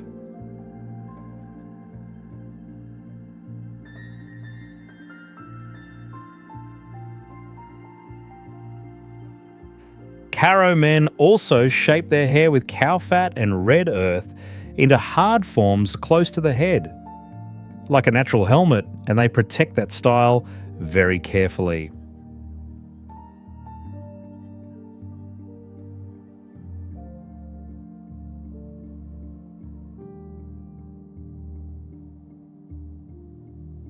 Carefully across their skin. Round dots like bird feathers and bold, balanced lines are used not only for beauty, but also to attract attention and leave a strong impression.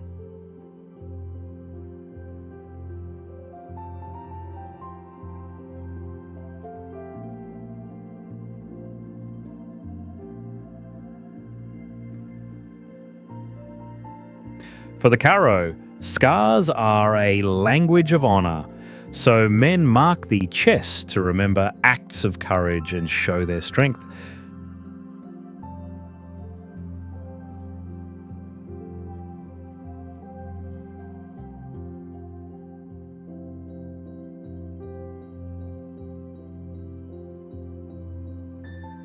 Even though their population is now only about 1,000 to 2,000 people, they still hold on beside green river bends that stand out against the dry land like a very small but unforgettable community.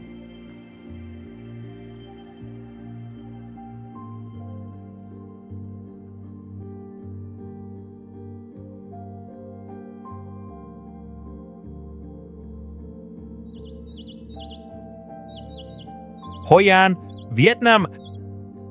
At the scale of urban form, Hoi An shows how compact planning local materials and river-based logistics can sustain a long-lived commercial town.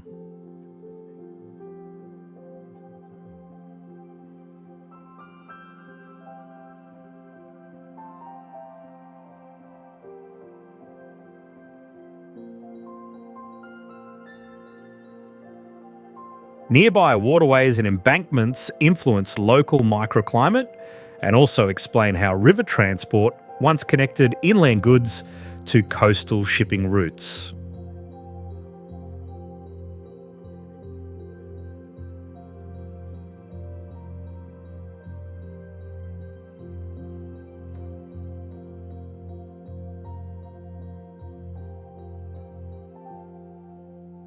The core area preserves a dense fabric of traditional buildings with timber frames, tiled roofs, interior courtyards, and beam structures that limit heat gain, extend shade along streets, and keep ventilation working without mechanical systems.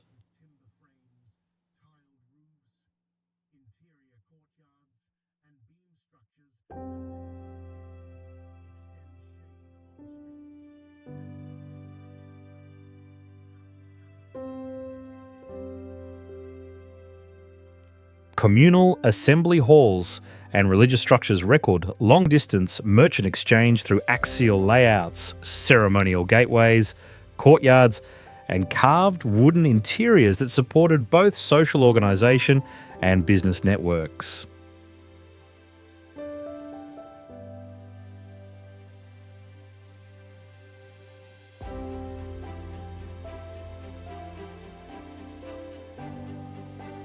Hoi An is a historic riverside town in central Vietnam, shaped by its past as a trading port where narrow frontage wooden shophouses were arranged in continuous rows to support commerce and natural airflow in a tropical climate. Oh, poor.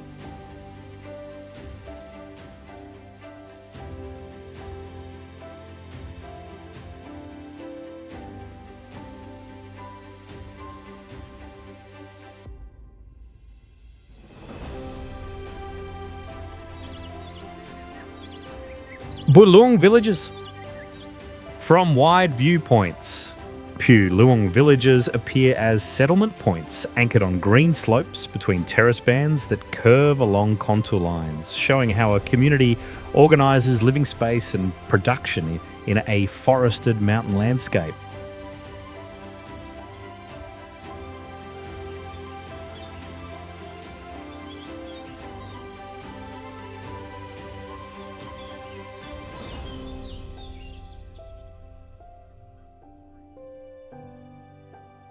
Water is guided from mountain springs and stream channels through narrow ditches and stone-lined runs, supplying both terraces and daily use, and linking water flow to the placement of paths and homes.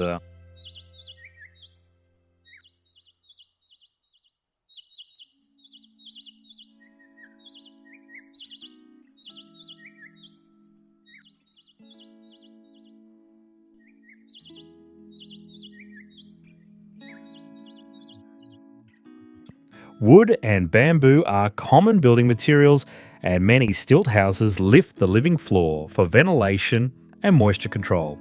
While the space around each home is organised for storage, small livestock areas, and practical work zones tied to agriculture.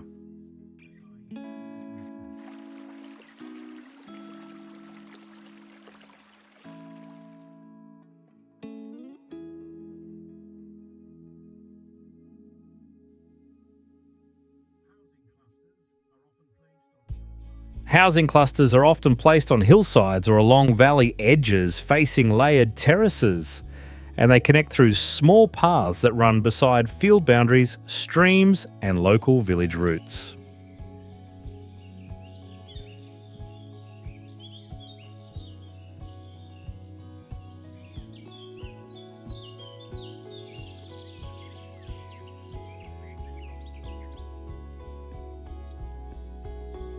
Pru Luang villages are a mountain village system in northern Vietnam, shaped around terraced fields and narrow valleys where homes, drying yards, and footpaths follow the terrain to reduce steep climbs and support farming access.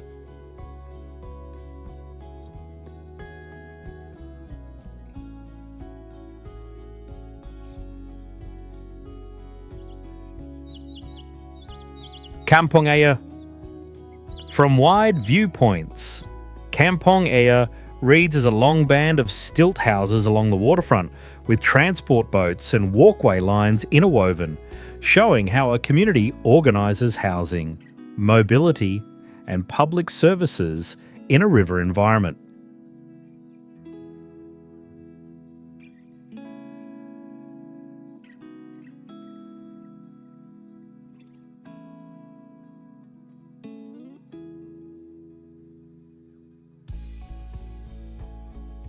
Building on timber and concrete piles helps the settlement adapt to tides and currents, while keeping walkways positioned above typical water levels for safer access and maintenance.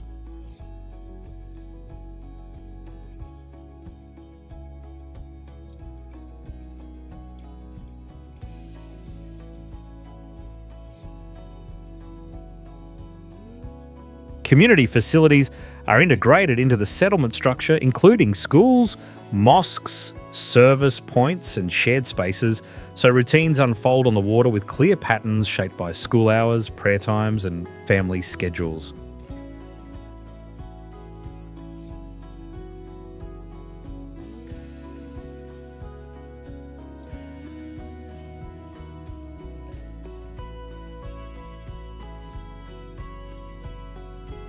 Houses are often arranged in tight clusters and linked by long corridors and footbridges across channels, allowing daily movement by walking above the water or by small boats without leaving the village space.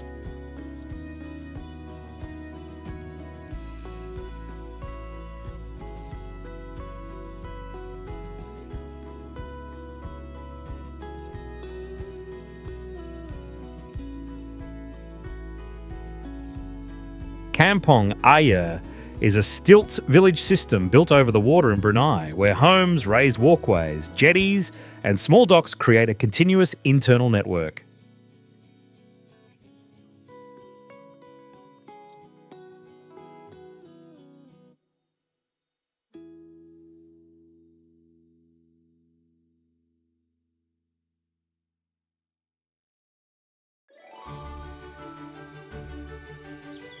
Sapa, Vietnam.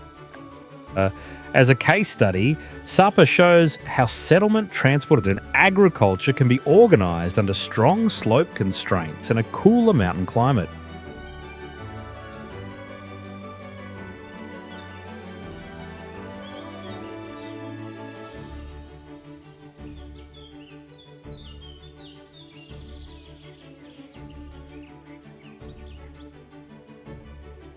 The town functions as a transit node in a road network shaped by passes, where weekly markets, farm goods, and handicraft exchange create a regular cycle of local trade.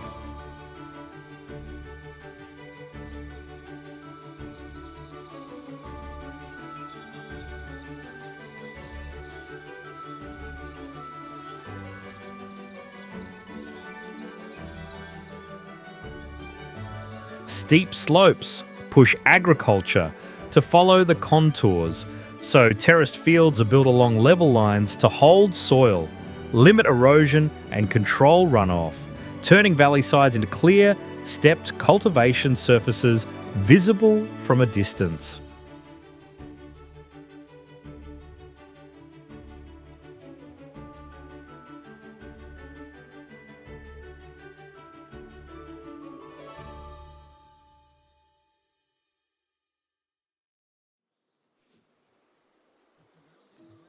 The surrounding highland environment changes quickly with elevation, with evergreen forest, open grass slopes, and wet ground zones forming a readable sequence of landscapes along the mountain roads.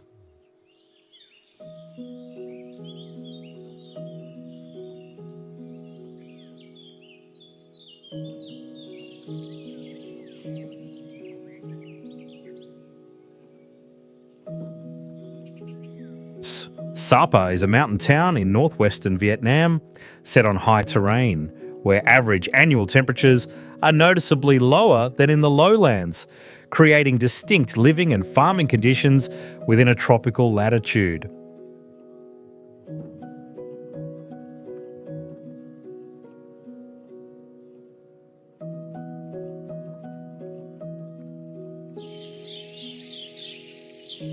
Yagua people, Peru, and Colombia. In the flooded Amazon forest, the Yagua cover their skin and faces with bright red achiote, using it not only for beauty, but also to keep away insects and unseen harmful forces.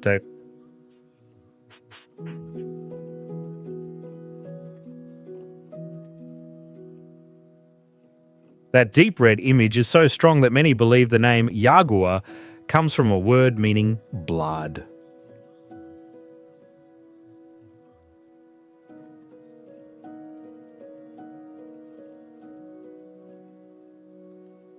When the flood season arrives, the water can rise about 30 to 39 feet, turning the whole forest into a water valley where they move by canoe between tree trunks.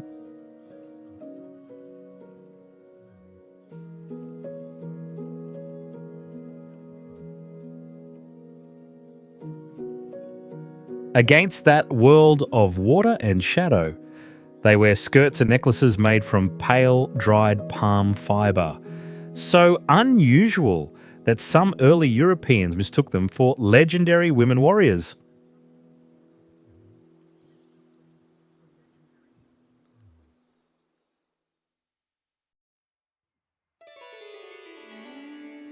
To hunt in that dense space, they use blowguns about 10 feet long, sending plant poison darts high into the treetops with almost no sound at all.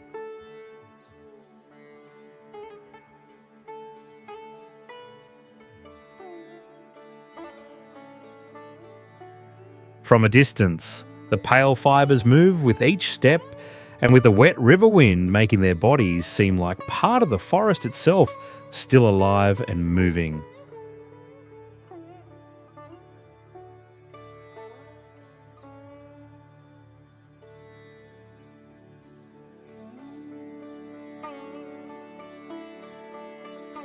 Wodar Bay tribe, Niger and Chad. In the burning dry lands of Niger and Chad, the Wodabe feel unusual because here it is the men who paint their faces and dance to win the attention of women.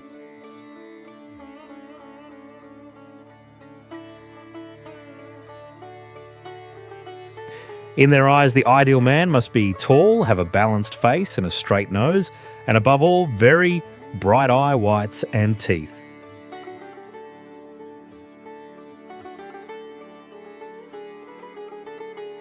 But behind that beauty is a hard life where the heat often climbs above 113 degrees Fahrenheit, and the whole group may walk about 12 to 19 miles to find water.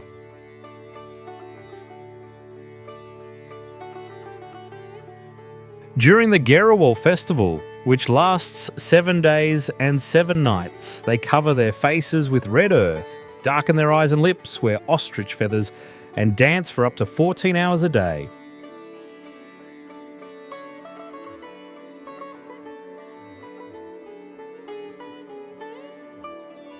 The judges are young women, even those who are already married, and they can choose a new lover or leave an older husband without being judged.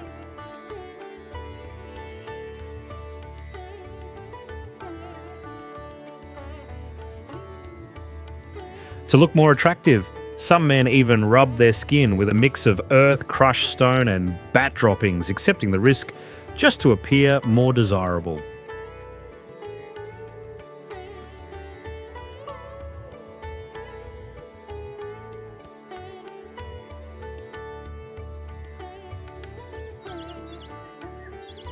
Luang Prabang. From wide viewpoints, Luang Prabang reads as a walkable city model with moderate density, where streets, housing, and public spaces connect tightly to sustain a stable urban routine.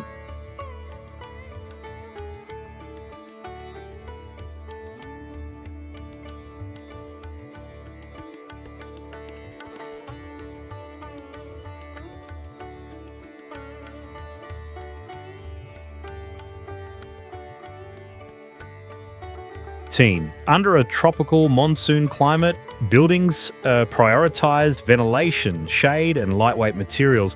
So the cityscape often combines low roofs, large trees, and open gaps that reduce heat during warmer periods.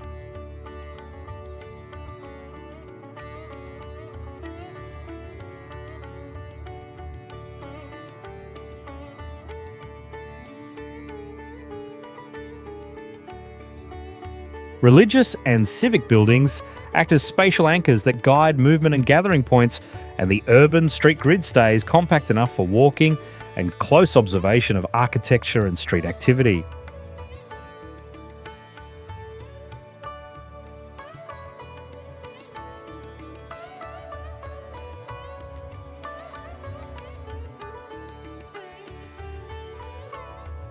Many home clusters include inner yards and wide verandas with timber construction and steep roofs designed for fast rain runoff, while street-facing facades create semi-public edges for small trade and community interaction.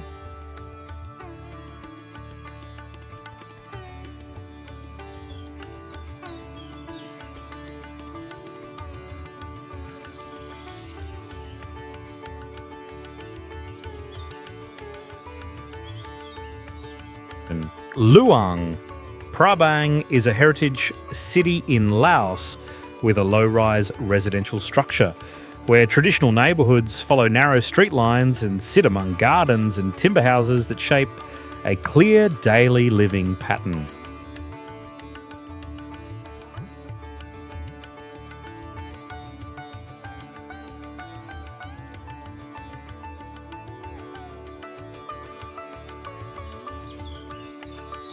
Pai, Thailand.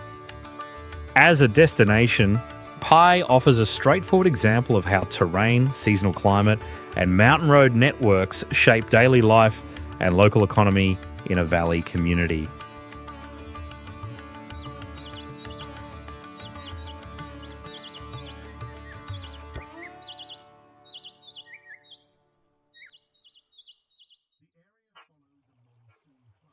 The town's layout concentrates around a main road and market zone where lodging, food services, and short-distance motorbike travel fit the scale of a narrow valley setting.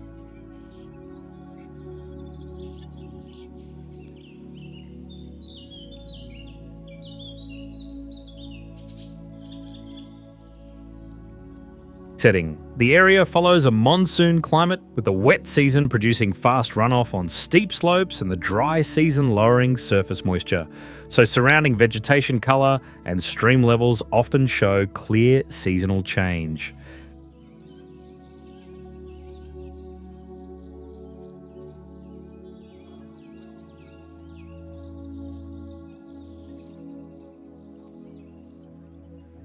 Valley farming uses flatter strips along the river corridor, while nearby hills act as an ecological buffer that helps stabilize soils and support local water supply for settlement.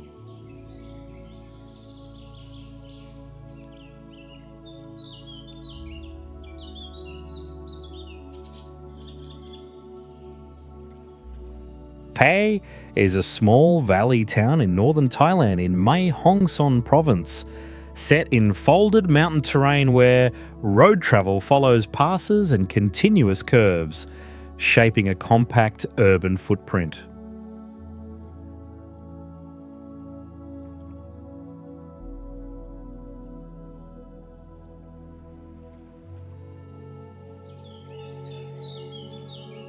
Vang Vieng. From wide viewpoints, Vang Vieng reads as a medium-scale town with concentrated density, where streets, building clusters and open spaces are arranged to operate efficiently within terrain limited by limestone formations.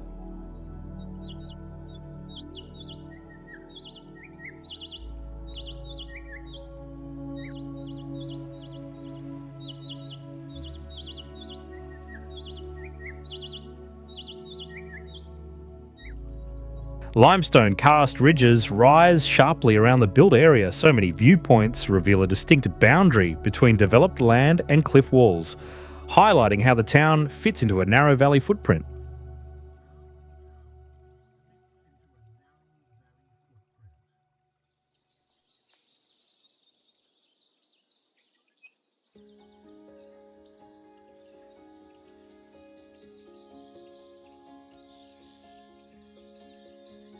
Low-rise housing clusters, guest houses and service buildings often form linear bands with street-facing frontages for direct access, while rear spaces use yards and open gaps to support ventilation in humid heat.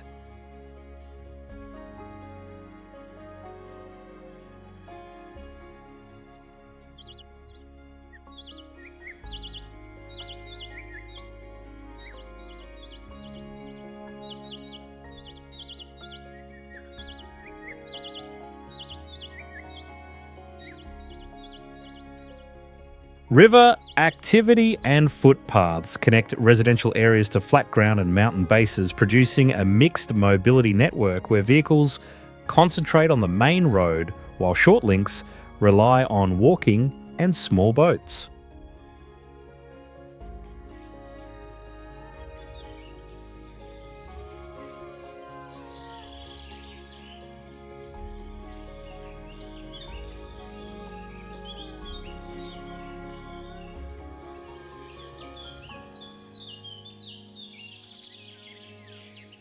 Vang Vieng is a valley town in Laos, where settlement growth aligns with a main road spine and riverside routes, creating a clear orientation for transport, services and everyday community routines.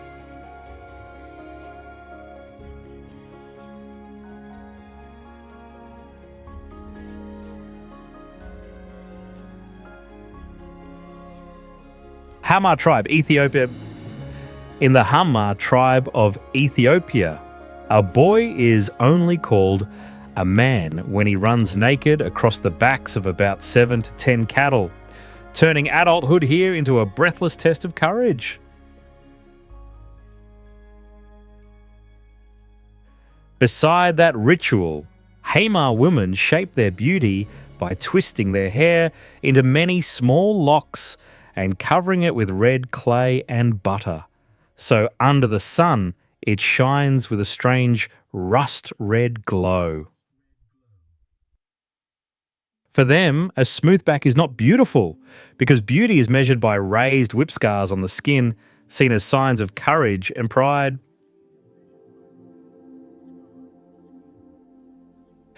All of this happens in a burning red land where daytime heat often rises above 113 degrees Fahrenheit. Hot dust fills the air and hardship shows itself in every thorn branch and every step. Around their villages, thorny acacia branches are stacked into thick fences like living fortresses to protect cattle, showing that life here is always tied to pain and survival.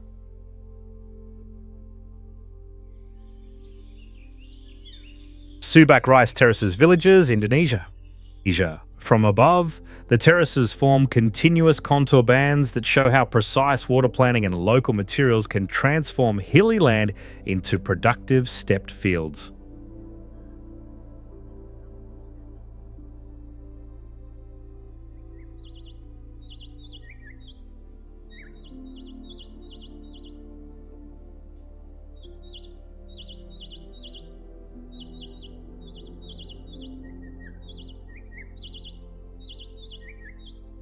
The defining feature is not a single structure, but a connected network of terraces, waterways, and shared rules that function as both irrigation engineering and a local governance system for cultivation.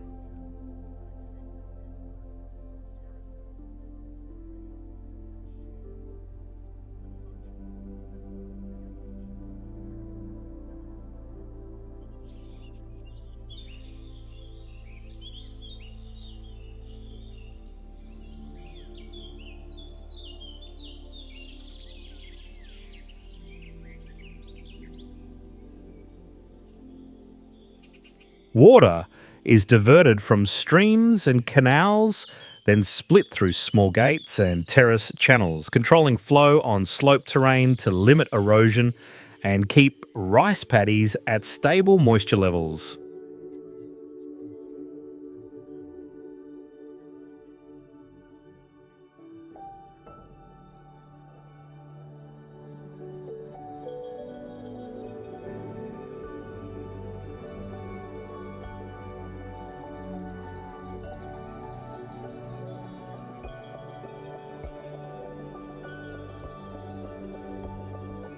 In 2012, Bali's Subak cultural landscape was inscribed by UNESCO, highlighting the system as a recognised model of agriculture organised around water governance and social cooperation.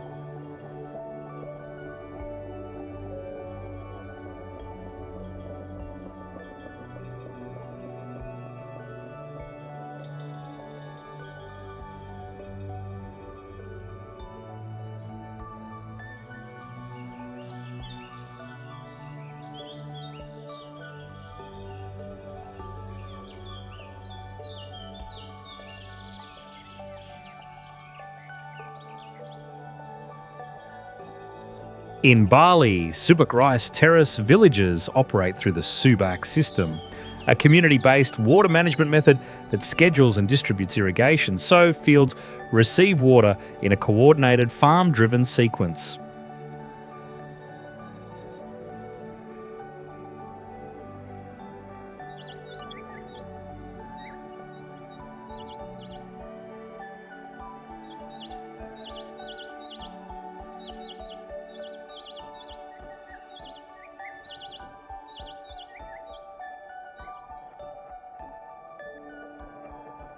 Body tribe, Ethiopia.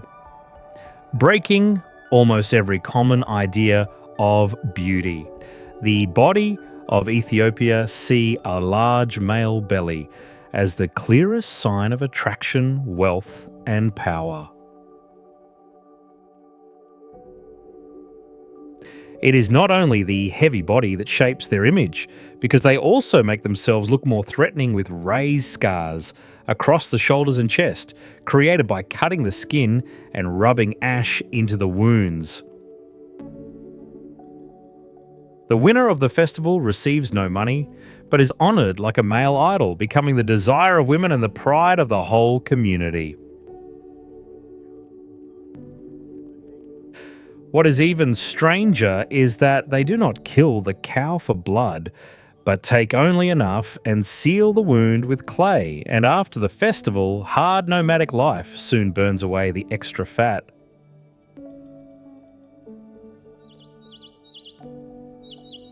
Vegan. From wide viewpoints, Vegan shows a heritage city model with high walkability, where streets, housing, and commerce are tightly organised to preserve the continuity of the historic district.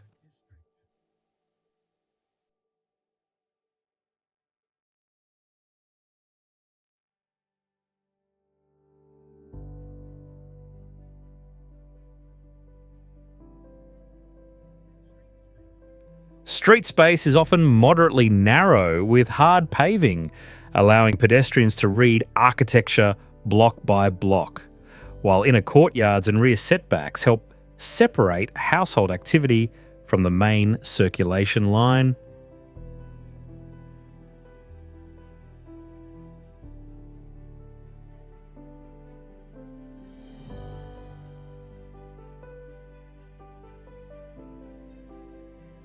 Many houses use the ground floor for shops and storage and the upper level for living space, with thick walls, large windows, and timber balconies that support airflow and light control in a tropical climate.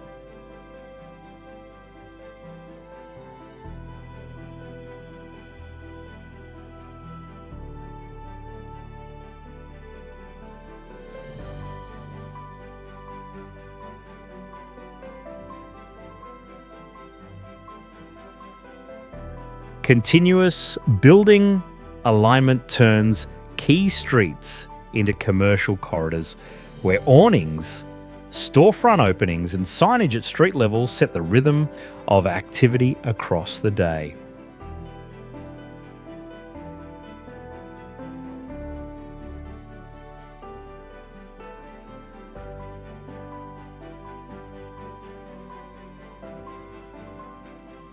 Vegan is a historic city in the Philippines with a clear old town street structure where low-rise building rows follow a grid plan and create continuous frontages for daily living, trade, and services within the core.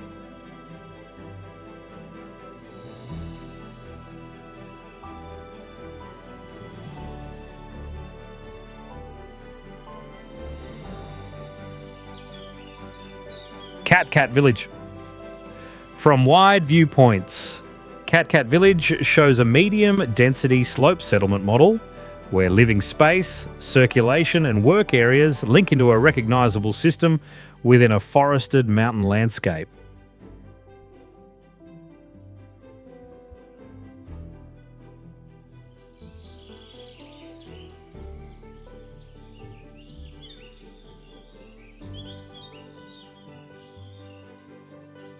A network of trails, stone steps, and open viewpoints makes the vertical layering of the settlement easy to read, with housing positions, paths, and gaps arranged to reduce movement conflicts and use limited land efficiently.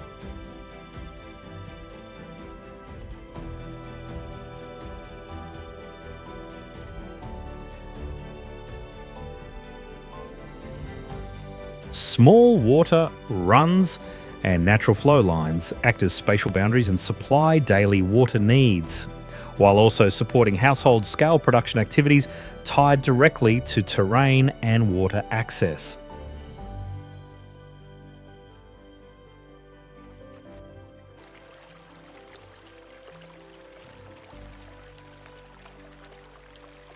Traditional houses often use timber frames with steep roofs and raised floors to limit moisture, while spaces around each home are arranged for handcraft work, drying, and crop storage suited to cool temperatures and seasonal rainfall.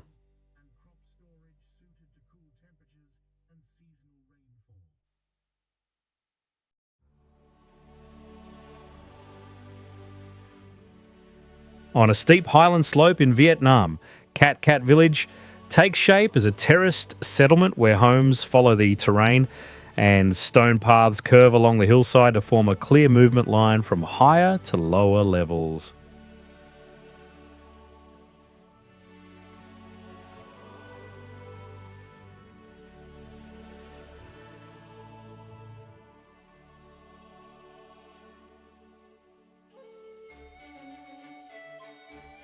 Lac Village, Mai Cho, Vietnam. As a human geography case, Lac Village shows how a closed valley can support settlement, wet rice production, and simple infrastructure built around seasonal water stability.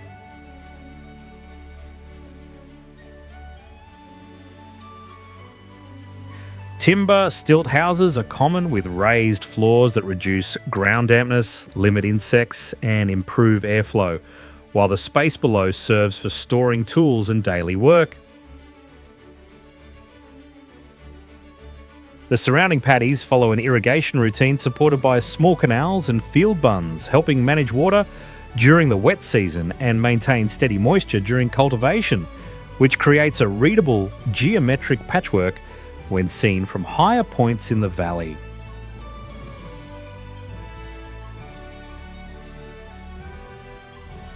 Lac Village in the Mai Cho Valley is a clear example of a northern Vietnam farming settlement, where housing is placed on relatively level ground to avoid fast slope runoff and to keep a functional distance from wet rice fields.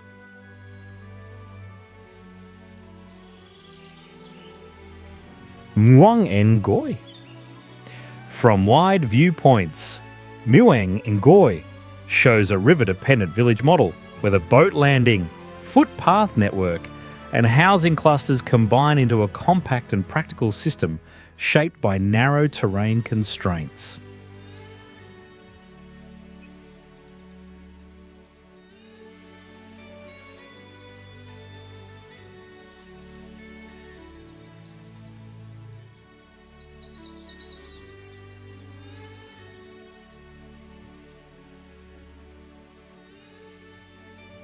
Limestone mountain terrain surrounds the built area and sets a clear boundary that limits expansion, so housing density and placement concentrate on the flatter ground closest to the riverbank.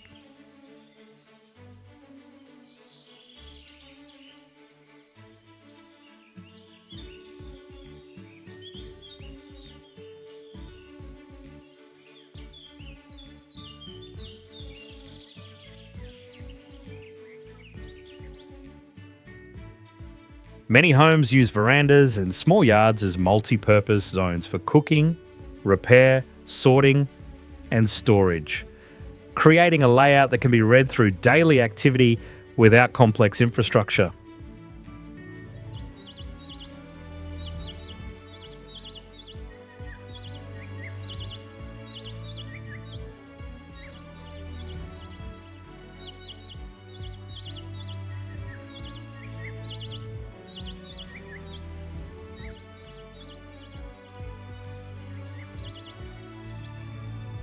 Internal paths are short and link the landing area, housing clusters, and shared spaces, so most movement happens on foot, while the river functions as the main transport corridor connecting outward.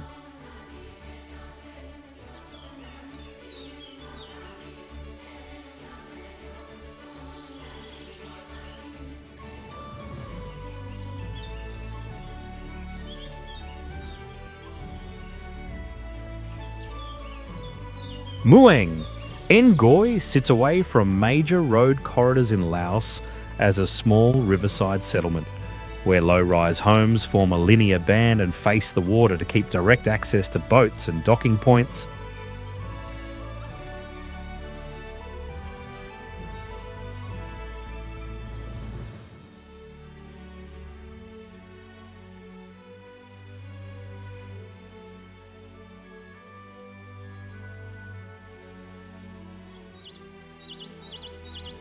Kampong Kachling.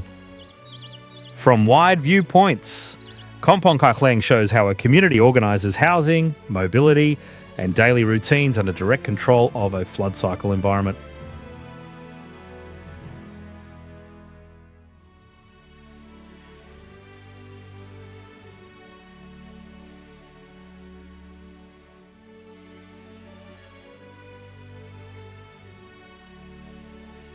When water rises, movement shifts primarily to boats and channel routes. And when water drops, ground paths and underfloor yards become active work and living zones, creating a seasonal space use pattern that is easy to observe.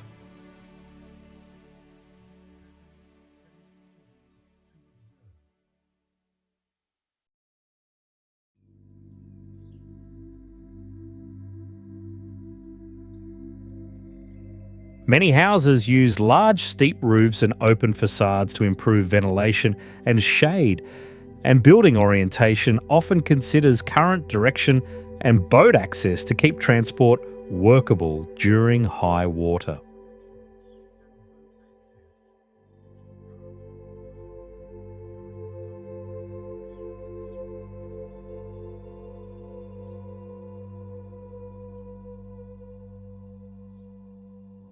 The settlement structure follows road and channel lines using raised walkways, boat landings, and open space under floors for docking, repair, storage, and household work when water retreats.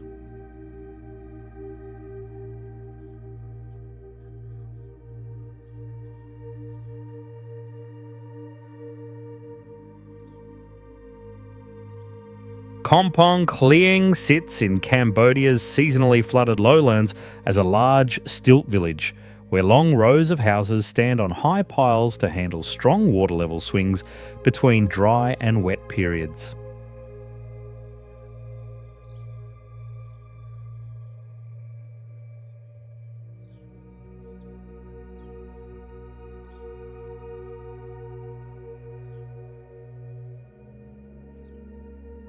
Afar people, Ethiopia, Eritrea, and Djibouti, amid white salt fields and heat that makes the air shake, the Afar have lived for generations as if they were born to walk beside fire.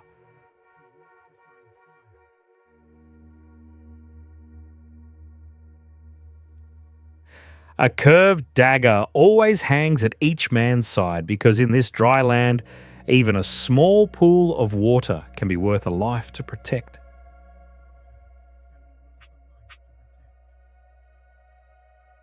Over many generations, they have kept very thin and light bodies to handle the heat better. They spread butter through their hair against the sun, and they can still travel far with little water.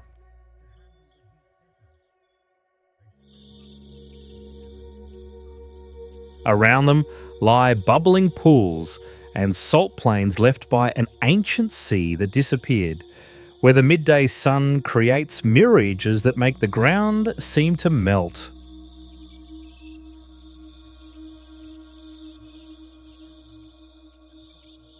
On that harsh land, Afar men still cut huge blocks of salt, load them onto camels, and cross long distances to trade for survival.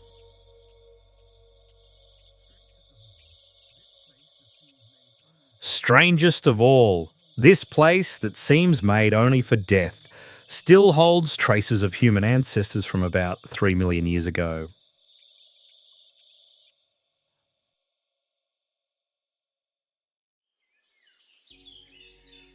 Mae Kampong, Thailand. As an adaptation case, Mae Kampong shows how slope, humidity, and water flow can shape housing layout, production space, and small scale infrastructure in a mountain community.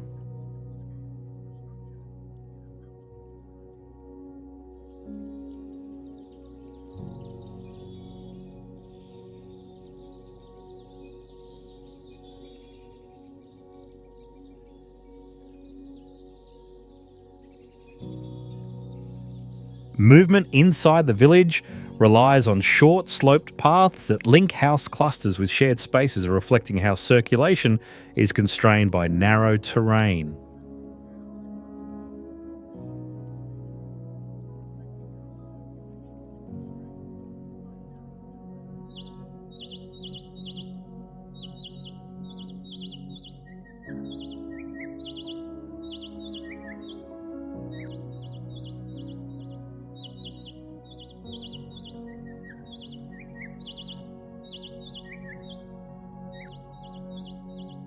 Household scale farming and hillside gardens use small steps and runoff channels to hold soil, reduce slide risk, and keep vegetation cover stable around the settlement.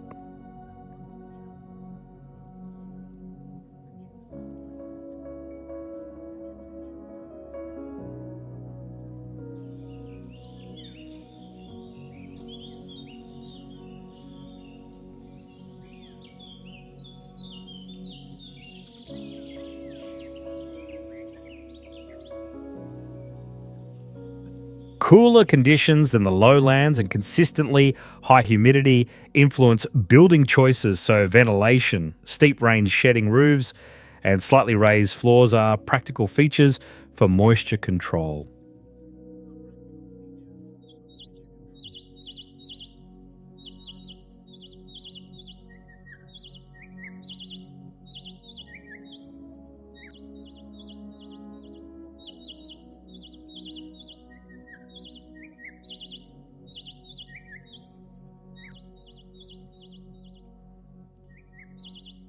In a forested mountain valley in northern Thailand, Mai Kampong is organised around steep slopes and a small stream corridor with housing placed along the hillside to limit use of flat ground and follow natural drainage.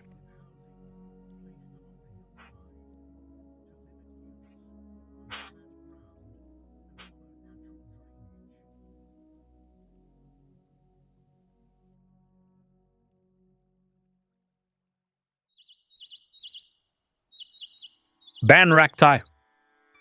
From wide viewpoints, Ban Rak Thai reads as a mountain lake village model where the shoreline path, building clusters, and public space combine into a compact system with clear functions suited to highland terrain constraints.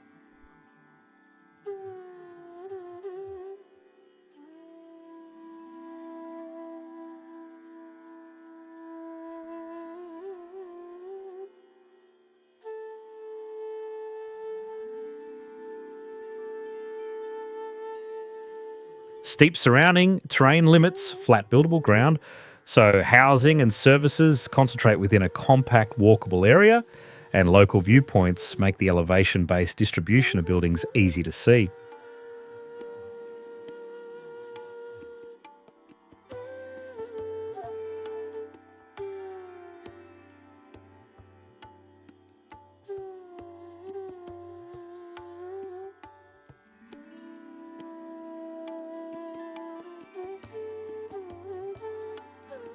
The village layout emphasises yards and verandas used for drying, storage, and goods preparation, while short lanes connect housing clusters to the lakeside route for fast and easy internal movement.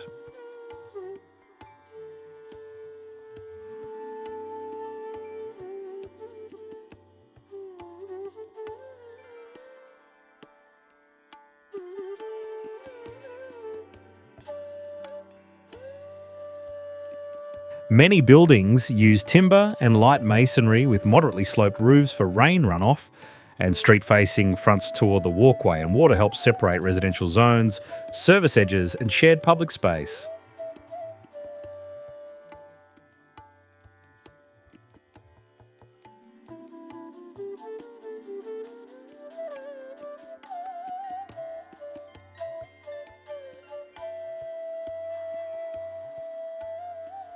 Ban Rak Thai is a highland village in northern Thailand, organised around a central lake, where low-rise homes and small shop rows follow the shoreline to form a continuous pedestrian spine.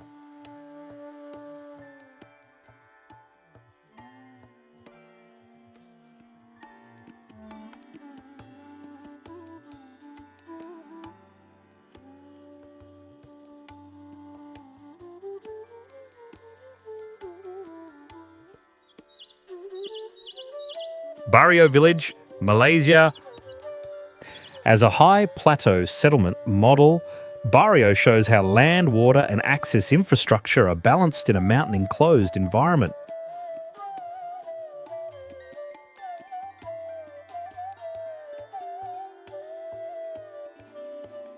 The Highland Rice landscape forms broad flat blocks bordered by forest edges and grass areas, creating a clear boundary between production space and an ecological buffer zone.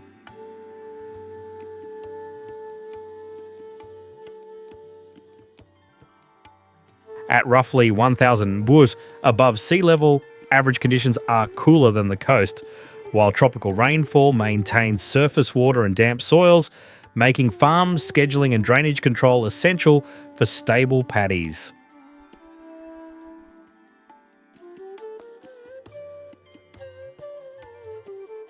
Sport. In the interior highlands of Sarawak, Barrio is shaped by an unusually level plateau within surrounding mountains, allowing a concentrated settlement pattern and valley-scale wet rice cultivation without expanding onto steep slopes.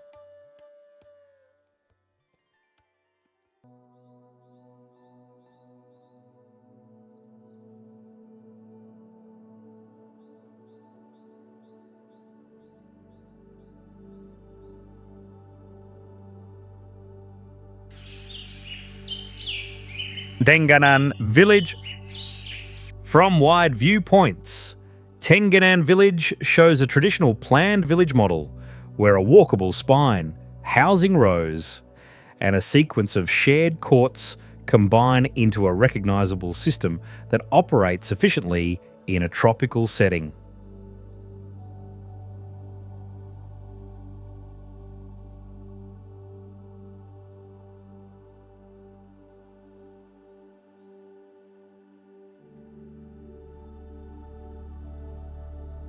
Movement is designed primarily for walking, with short links between houses, yards, and common areas, which helps keep spatial order stable when visitor or participant numbers increase during festival periods.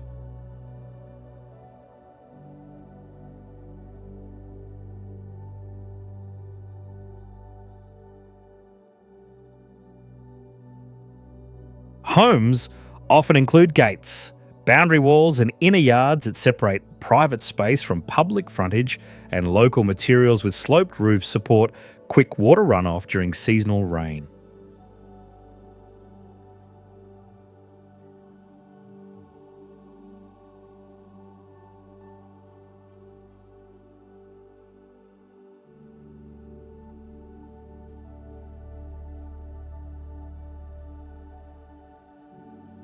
Straight internal paths run continuously through the settlement, creating meeting points at regular intervals, while open courts between housing rows act as outdoor rooms for ceremonies, assemblies, and scheduled activities.